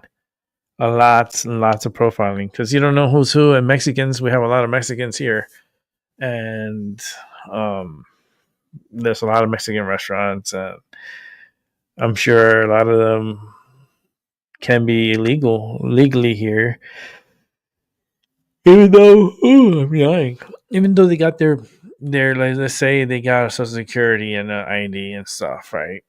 And they were able to get a driver's license because they busted this guy in Boston, not far from here, that illegals were going to him and he was distributing them licenses, and he distributed over more than 1,000 driver's license to individuals, to illegal immigrants. That's a problem. That's a problem. And the system it's a democratic system, it's they don't the Democrats are known for not giving a fuck, and they want more people because they want more like constituents to come in, and they get more seats in the House, they get more seats in the Senate, they get more opportunities, like the Democrats, if they have more bodies, like zombie bodies voting for them, because they'll say, hey, don't forget who brought you here. It's us, the Democrats. Just make sure to vote for us. Enjoy America, and here's a $5,000 a month EBT card, and here is some new clothes, and what else you need? A new car? Oh, we could get you a new car. Here's a car, yay! And then the Americans are like working their ass off paying taxes, and they're not even getting not even a penny back of gratitude or anything. They're like. But the illegals are like, yay, we got a big house, look, and we get money every month. They give us $5,000 cash every month and $5,000 food stamps. That's fucked up. That's fucked up. How the fuck do you get $5,000 food stamps? How do you even get $5,000 cash on your EBT? That's crazy. That's crazy. I don't know. I'm just saying. And that was all under Biden. This here we're bleeding. We were bleeding out money like the yin yang, like bleeding it all out. Taking all the money and like throwing it away. For 4 years that happened. And then Kamala Harris. Don't come. Don't come. Like that sounds disgusting. It's this like sexual thing that you tell your husband, don't come. That's the way you tell him. I don't know. Like, it's just weird. Yeah, $5,000 a month. A month. That was monthly. That's crazy. And they would spend it and they would take the money out. And they had like a free for all. They're like a paid vacation for 4 years. Can you imagine that? A paid vacation for 4 years that you don't have to pay rent, light, you don't have to pay for medical. Everything's all being paid for by the US government. That's wild. That's wild. I wouldn't want to. It's not a good thing. And the thing is, there's a lot. Even here. Here we got a lot of illegal. And they're in Hartford. They're in New Haven. They're in Bridgeport. They're all over the damn state. And they think they're sanctuary cities. Like here, they think they're sanctuary cities. They got another thing coming because the ICE is already here. They're here. They're here. They heard my callings. They heard my energy calling for them to come to Connecticut and start operations here, which they have done, and they've been taking a lot of people, even kids, like from fucking school. They say, no, we're not taking kids. Yes, they are. They took this high schooler. Like, I don't know. Like, it was weird because all the high school was protecting the kid. And they were that were kind of like protesting, but they were like smart. Like they did a march for the illegal immigrant. It was like a immigrant march, like free the immigrant. No, that doesn't work that way. He came in illegally. He went to high school because they let him, which they shouldn't have, because that's taxpayers' money. Who's paid for his lunch to eat? That he went to lunch every day, right, in school. So who paid for that? The taxpayers. Oh, great. You know, that's how they were eating up. It's just like the locusts. I call it. It's just it's like an invasion of the locusts. And they use up our resources, they eat up our resources, and they shit out their resources, and it overloads our systems because remember, there's more shit, more piss to freaking to neutralize, and that costs more money for products, and you know, but they don't talk about that. People don't break things down that way. They are one track mind. I think of everything. I think of everything because I see everything from a 3D, like from above and all around, and it's like I'm all over the place astral projecting. Our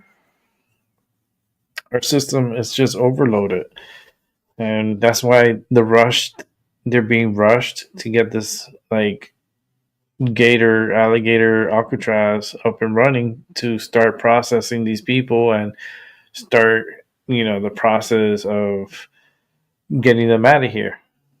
You know, they got a runway. The runway is send them flying. Bye bye. They don't need to interrupt the Miami International Airport. They don't need to interrupt Fort Lauderdale with for to deport. Nope, they'll take them to that airport and they'll deport from the Everglades.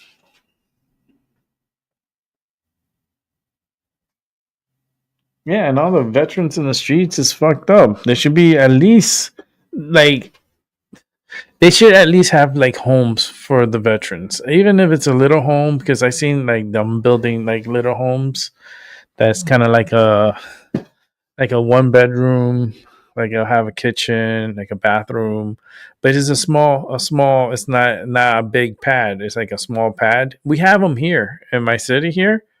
They have like the small homes like that. They're like 1 bedroom, 1 bath, kitchen, a little dining room area, and that's it. I don't even think you have a living room. I think you have like the bedroom, the dining area, and like a kitchen and the bathroom. And I'm pretty sure they have closets or something. But they're small. They're small little things. I think, man, I wish I could get a little tour of it. I don't know if they have anything available, but it'll be nice to like see them because it's so little. And I wonder what's the price to rent them. Just curious. But I feel they have the land, like the government has land, and they could utilize that land and build like a little village for retired veterans, and they could be a part of a community, and you could put like a little like a pool, playground, all that stuff for them. And yeah, you do so much for them, but the problem is Washington is very greedy here. The United States, very greedy, and they've been funneling money, water, like laundering money, especially in Ukraine. But yeah, that's just me thinking out loud. But a lot of money's been funneled through other means, like Stacey Abrams from Georgia. Stacey was funneling almost like $2 billion to our organization, and they weren't doing shit with it. They just taking the money, which was disgusting. She needs to go to Alcatraz. She needs to go to Alcatraz. Stacey Abrams. Rick has said his piece. Banished to Alcatraz, you go. It has to be said just like that. You have been banished to Alcatraz, and you must go now. Oh no, you, Letitia James, you are Grimace. You've been banished, and you're going to Alcatraz too. Bye, Grimace. I call her Grimace. She's Grimace. Like if you see Letitia James, a picture of Letitia James, and you look at Grimace from McDonald's, which is the purple mascot. Oh, you do a side by side picture of Letitia James and Grimace. It's the same. It's almost the same. And I feel bad for the mascot because the mascot looks actually, like a cool person, but the looks, they kind of have the same looks, and it's just disturbing. It's very disturbing.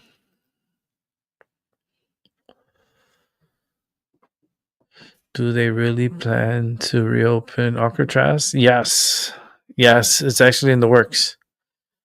Trump already is putting it to the works. They're gonna reestablish Alcatraz. They're already sending like the people to study it, to people to come up with the estimate to see what upgrades it needs, how much it's going to cost to do all the upgrades and get it started. And that's what they're doing. They're gonna do the upgrades and get it started. And I think that person is gonna be more for like the politicians. Is gonna be like for like Nancy Pelosi, Letitia James, Fannie Willis will be good. There's so many people that need to go that it's gonna be like so hard.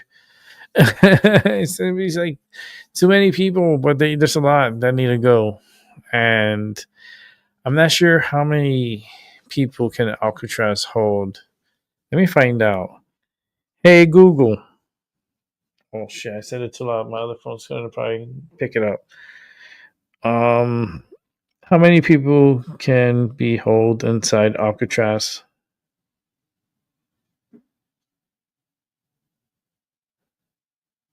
When Alcatraz operated as a federal penitentiary from 1934 to 1963, its maximum capacity was 336 prisoners. However, it never reached that capacity. The average population was typically around 260 to 275 inmates at any given time. Over its nearly 30 years as a federal prison, a total of 1,576 men were incarcerated at Alcatraz. Thank you. That was good to know. There you go.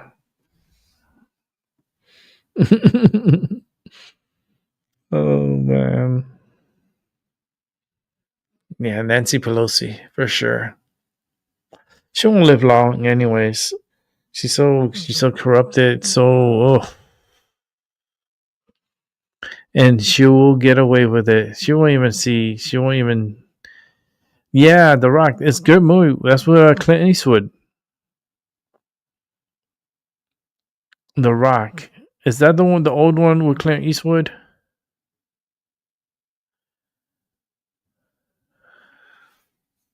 Let's see it.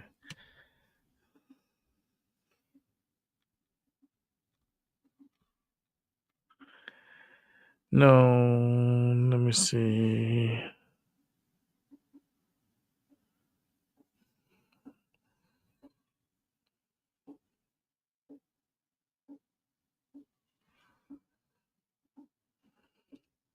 I put The Rock and it just showed me all The Rock, like Dwayne Johnson movies.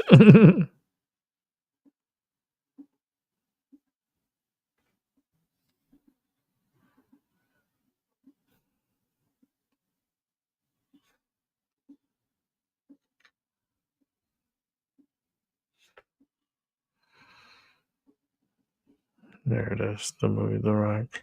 Okay, this is the 96 one.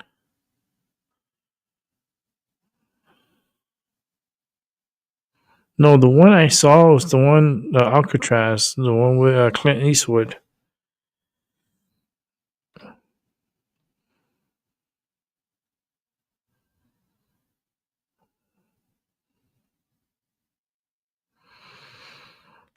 I remember that.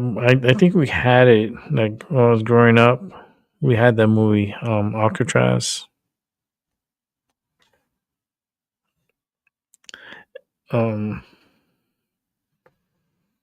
Alcatraz was a good movie. It was actually a really good movie. Actually, it's yeah,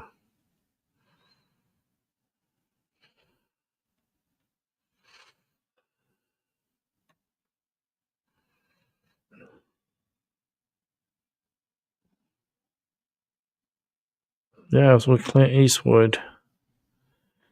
I think it's called Escape from Alcatraz. It's a 1979 movie.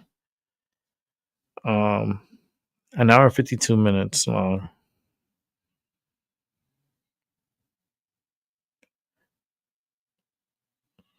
Good movie. Very good movie. We owned this movie. So now remember we had it on Laserdisc.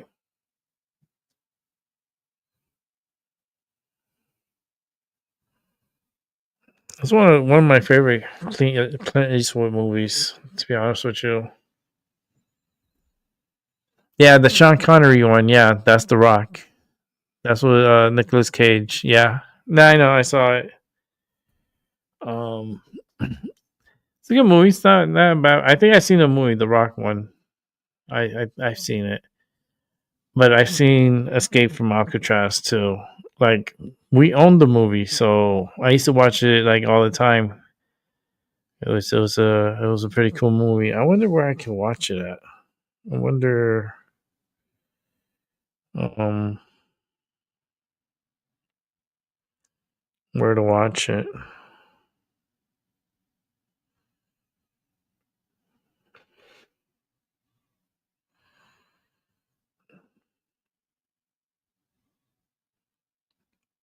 I guess we can watch it on YouTube. Let me see. I don't know, but it's on the YouTube TV. No, it's on the YouTube TV, but I think Amazon Prime. Let me see, because I have Amazon Prime.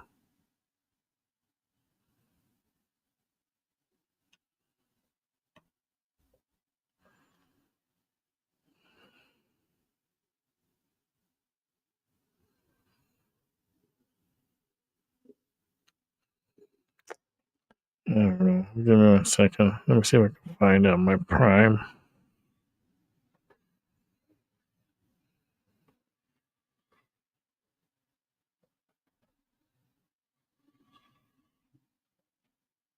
Okay.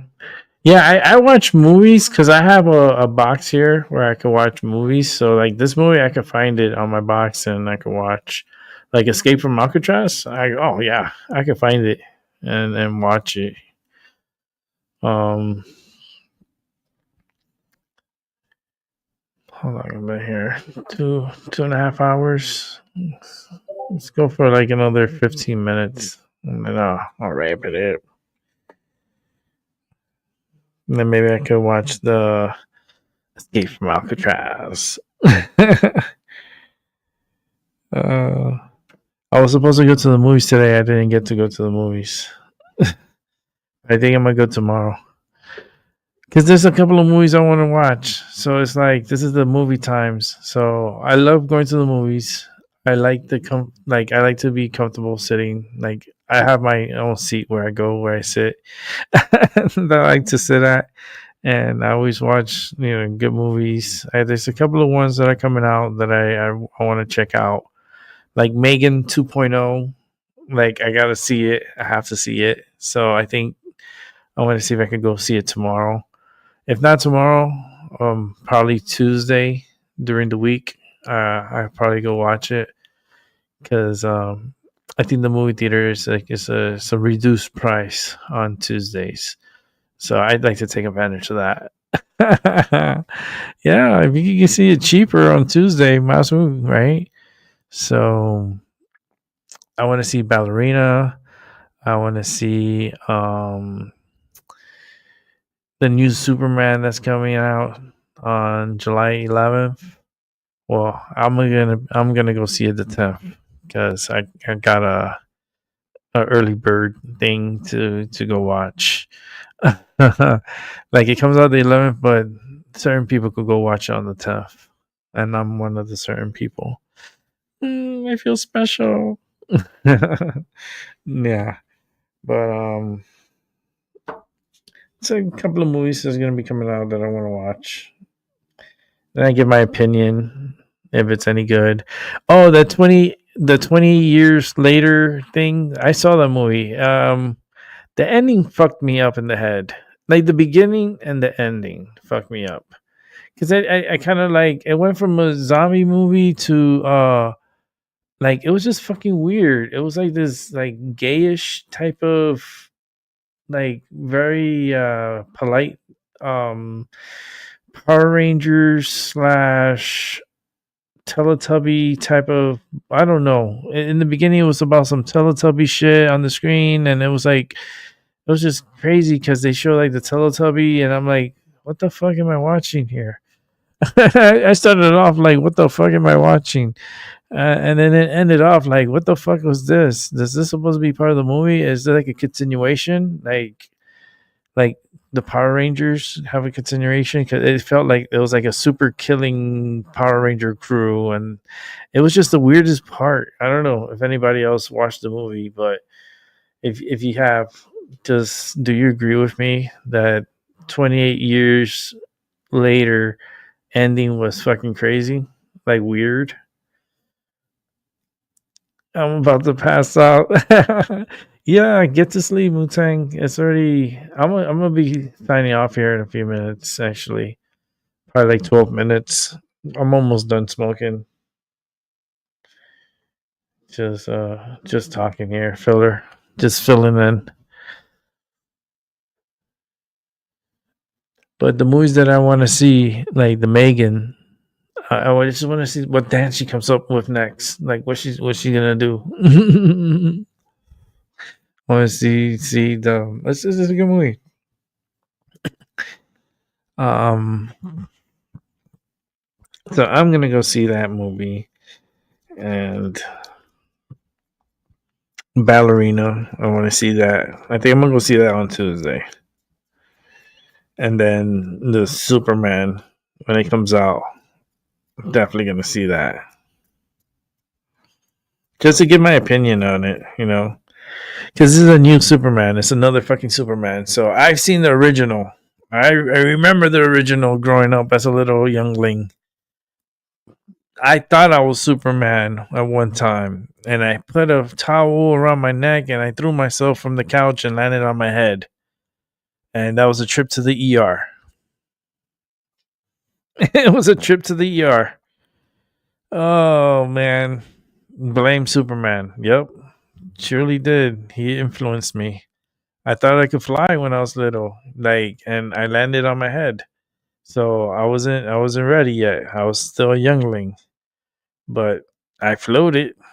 So it took some time, but the energy was still. It got knocked into me at some point. I think that's when the moment where my life changed is when I landed on my head, thinking that I was Superman. And the one that would know this is my mother. Yeah, I have the scars in my face of when that happened. I have a scar on my eyebrow and a scar on my lip from falling and hitting when I hit the floor. I busted my face. Back in the days, there wasn't cell phones, so there wasn't no pictures. My mom wasn't walking around with a Kodak camera at the time. No. We didn't have if you wanted to use the phone, there's pay phones, and make sure you have 25 cents. That was the communication. The way to communicate was through payphone. We did not have cell phones in the 80s. Not like today. Today is I'm overloaded with information that I've never had in the 80s. The 80s was such a unique time, and then when technology started to make its present to us and really took a hold of us, it took us hostage. Technology has us hostage. We are jailed by our devices, and we can't possibly maybe not be able to live without our devices. It's it would be hard for someone that's so addicted to their cell phones to relinquish their cell phones.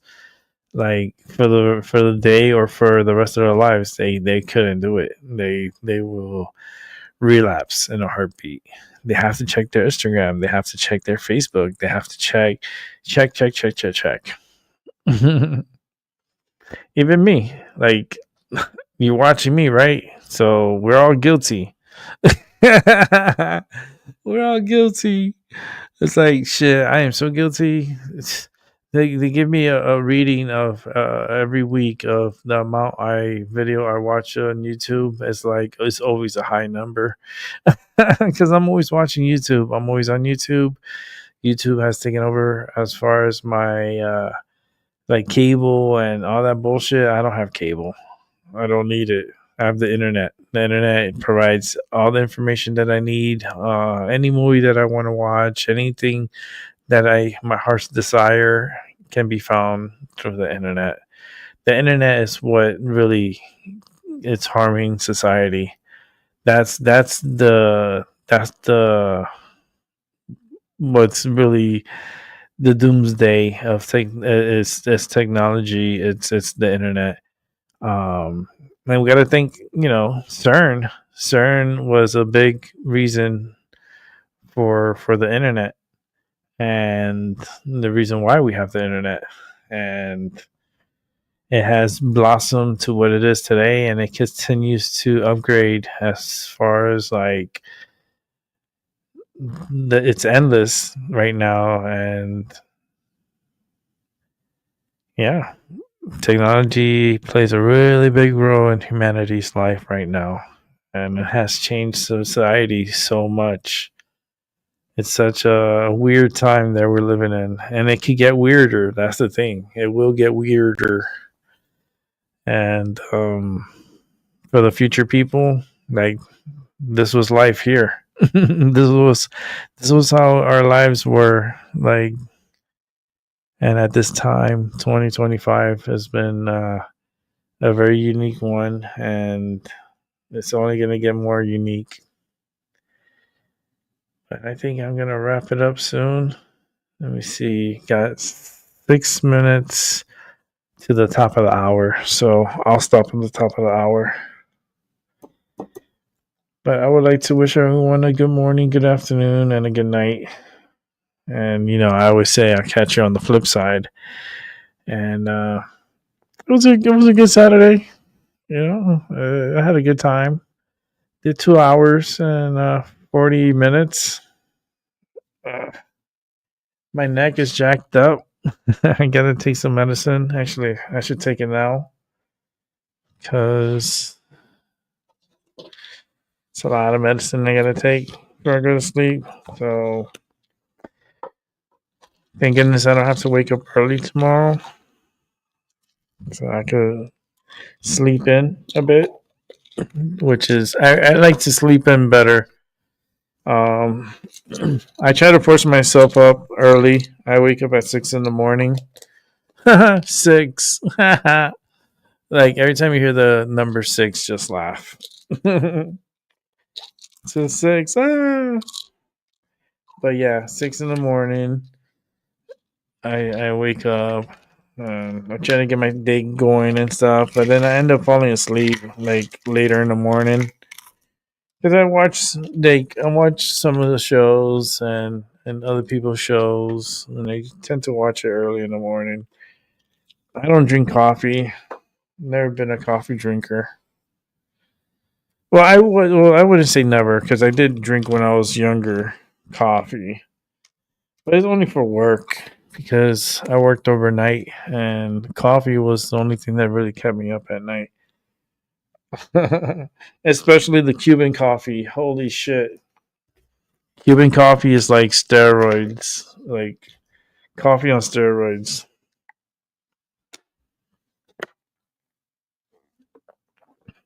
Coffee on steroids. Wild. I remember I was working in the ER, and like we would send somebody out to go get coffee, and there was this really good cafeteria, like a Cuban cafeteria. Man, they were so good. I would go sometimes to go get the coffee, but sometimes we'll send the nurse to go get it, and he'll come back, and everybody would be so happy. We were so happy, and everybody getting the shots. It was like a drug. Like, all of us, even the doctor got in on it. It's like, yo, come on, doc. He was like smiling. He was always laughing. So, and he was an Indian guy. So that's why I'm saying, like, I like people from all over the world. But if you come here legally, then you're fine. But if you're here illegally, then that's a problem. But when we would drink that coffee, man, we were ready for the night. Like, we were like, it was like Pac-Man. It was like when Pac-Man eats the little energy ball and it gets like and starts eating everything. That was pretty much me. I was like always the Starman. I was like Mario hooked on the Starman, drinking coffee. I was like ready to work, and I was like all hyped. And then when I felt like I was like dying down a little bit, I take another shot of coffee. And then turn into like Popeye. Crazy times. It's like, but it's like my little history that what I've gone through in my life. Everybody has a story. Everybody has a story. And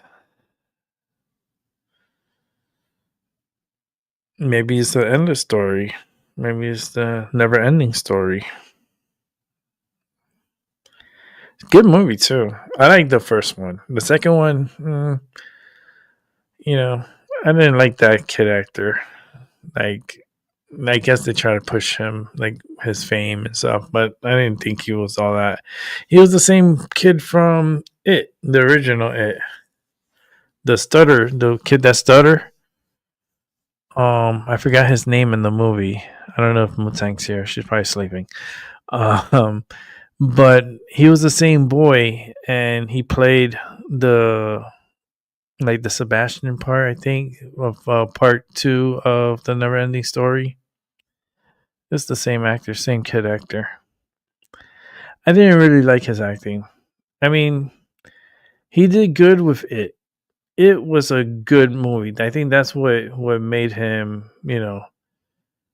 put him on the spot, was that movie. And what a good actor. He did a good. I can't complain. He did really good. It's just the Never-Ending Story 2 just didn't like. I mean, part 1 was so great. It was such a great made movie that part 2 felt like I don't know, pushing it. It's like cash grab type of thing.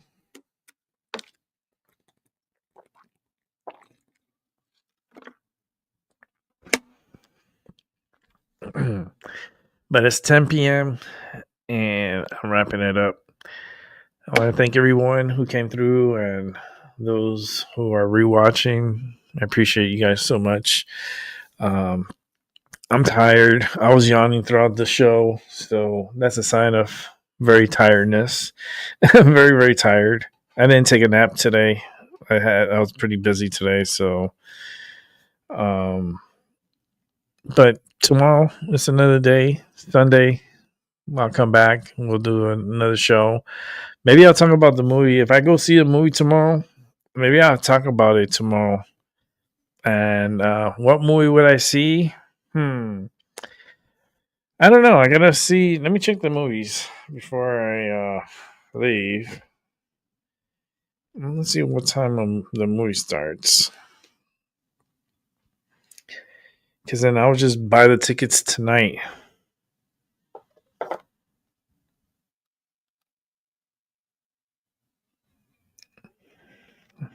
Shit, they're showing a movie right now. They just started a movie. That's crazy. But I'm looking for tomorrow.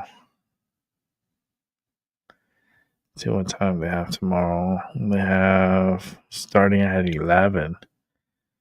Ooh, 11:05.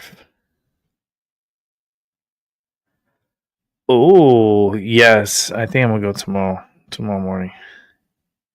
Yeah, I'm going to see Megan tomorrow. Yay! I'm going to go see Megan. Let me see what other movies they came out with. I want to see Ballerina too. Ballerina, I'll see you. I'm going to see you on Tuesday. I promise. I'm going to see you. I know Tyson de la Cruz I don't know if he went to see it, but he told me he was going to go see it. And I wanted to collaborate it with him of what we thought about the movie. But I want to see Megan 2.0. Oh, they have a Jurassic World Rebirth. I don't know about that. Listen, the first one was good. Okay. They didn't have to go keep on making over and over and over and over and over and over and over and over. It's like it's starting to feel like Friday the 13th, the never ending, like continuing over and over and over. Crazy. Superman, the same shit. But I just want to see how good he's an actor as far as like Superman, to see if he holds up to like all the other Supermans. They got a Smurf movie coming out. Rihanna is Smurfette. I am not watching that movie. Nope. Don't take your kids to watch that neither. You don't need to be listening to Rihanna. Let's see. Despicable Me 4. How many movies? And now I feel like that movie's a cash grab. Like they just want people to go and just donate money to the movie.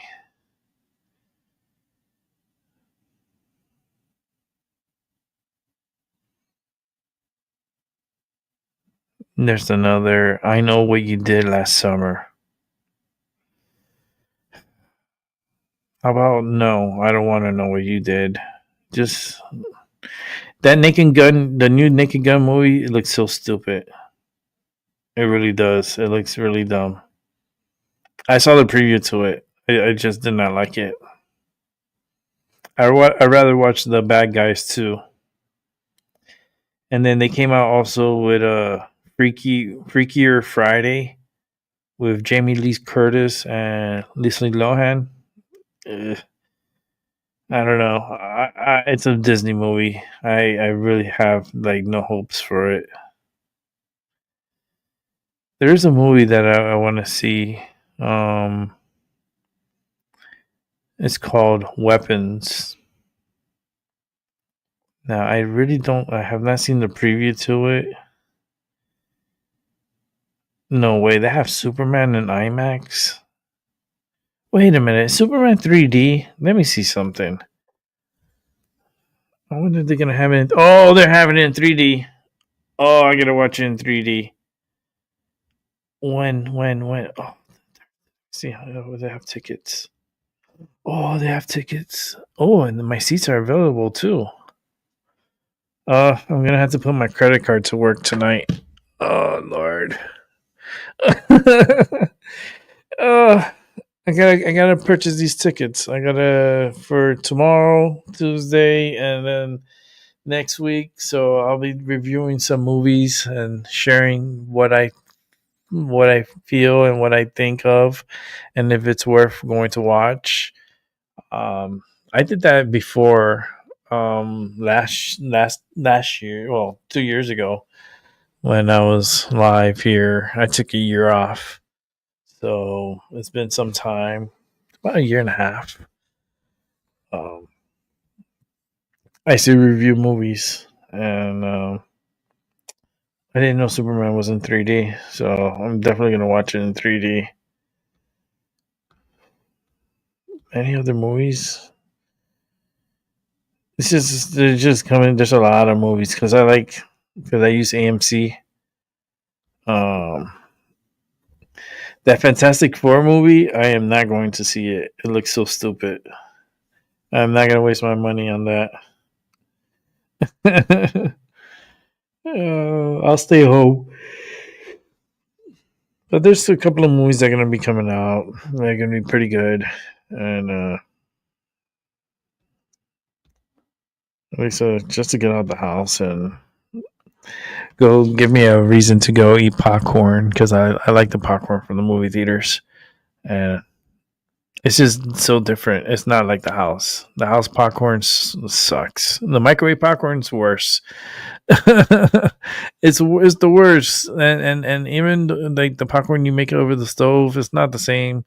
Like the movie theater popcorn, it's like they put this addictive flavor to it, and a lot of people says it's the butter. Most people says it's the salt. Some people say like me, I eat my popcorn, of course, butter and salt, but not too crazy with the butter and salt, just light. But I like to eat my popcorn with jalapenos. Who do you eat popcorn with jalapenos? Let me know in the comments. And like, how do you like your popcorn? I like my popcorn lightly buttered with some salt, and that's it. I don't need to be overwhelmed because there are people that will drain their popcorn with butter. I cannot eat greasy popcorn. I'm sorry. Like, it can have like a couple of swirls of butter and then some salt, and then bang it down on the counter, and that's good. That's good enough for me. It's like I always, when I go to the movies, I put the butter in the like a certain amount that I like, and that's it, And I always get a Slurpee. I get a Slurpee and my popcorn, and it comes with a free candy. They give you a candy. It's not really free. It's within the price. It's very expensive. Like to get popcorn and a drink and a candy, it's an arm and a leg. You're already investing like a good amount in tickets, and then you're investing like another 25, close to $30 in the concession, like in the concession stand. So I'm like, well, can I have my jalapenos? Because I want jalapenos. And they don't charge me for jalapenos because I'm like, if you fucking charge me for jalapenos, I'm going to bitch. I'm just saying, I just paid like $20-something. Like, give me my fucking jalapenos. I love eating jalapenos with my popcorn. I give me the little cup, and then I eat it like right off the little cup, and then I eat some popcorn because the jalapeno is spicy, right? It's a spice, but then when you eat it with the popcorn, like the butter and the salt neutralizes the spice, and then it kind of tastes like jalapeno popcorn.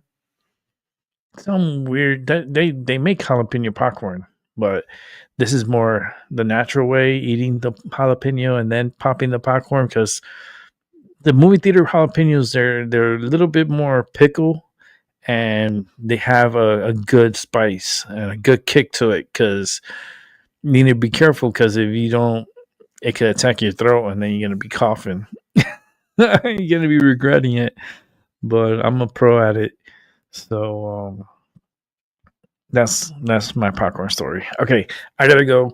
You guys have a great weekend, the rest of your weekend, and like I said earlier, have a good morning, good afternoon, and a good night.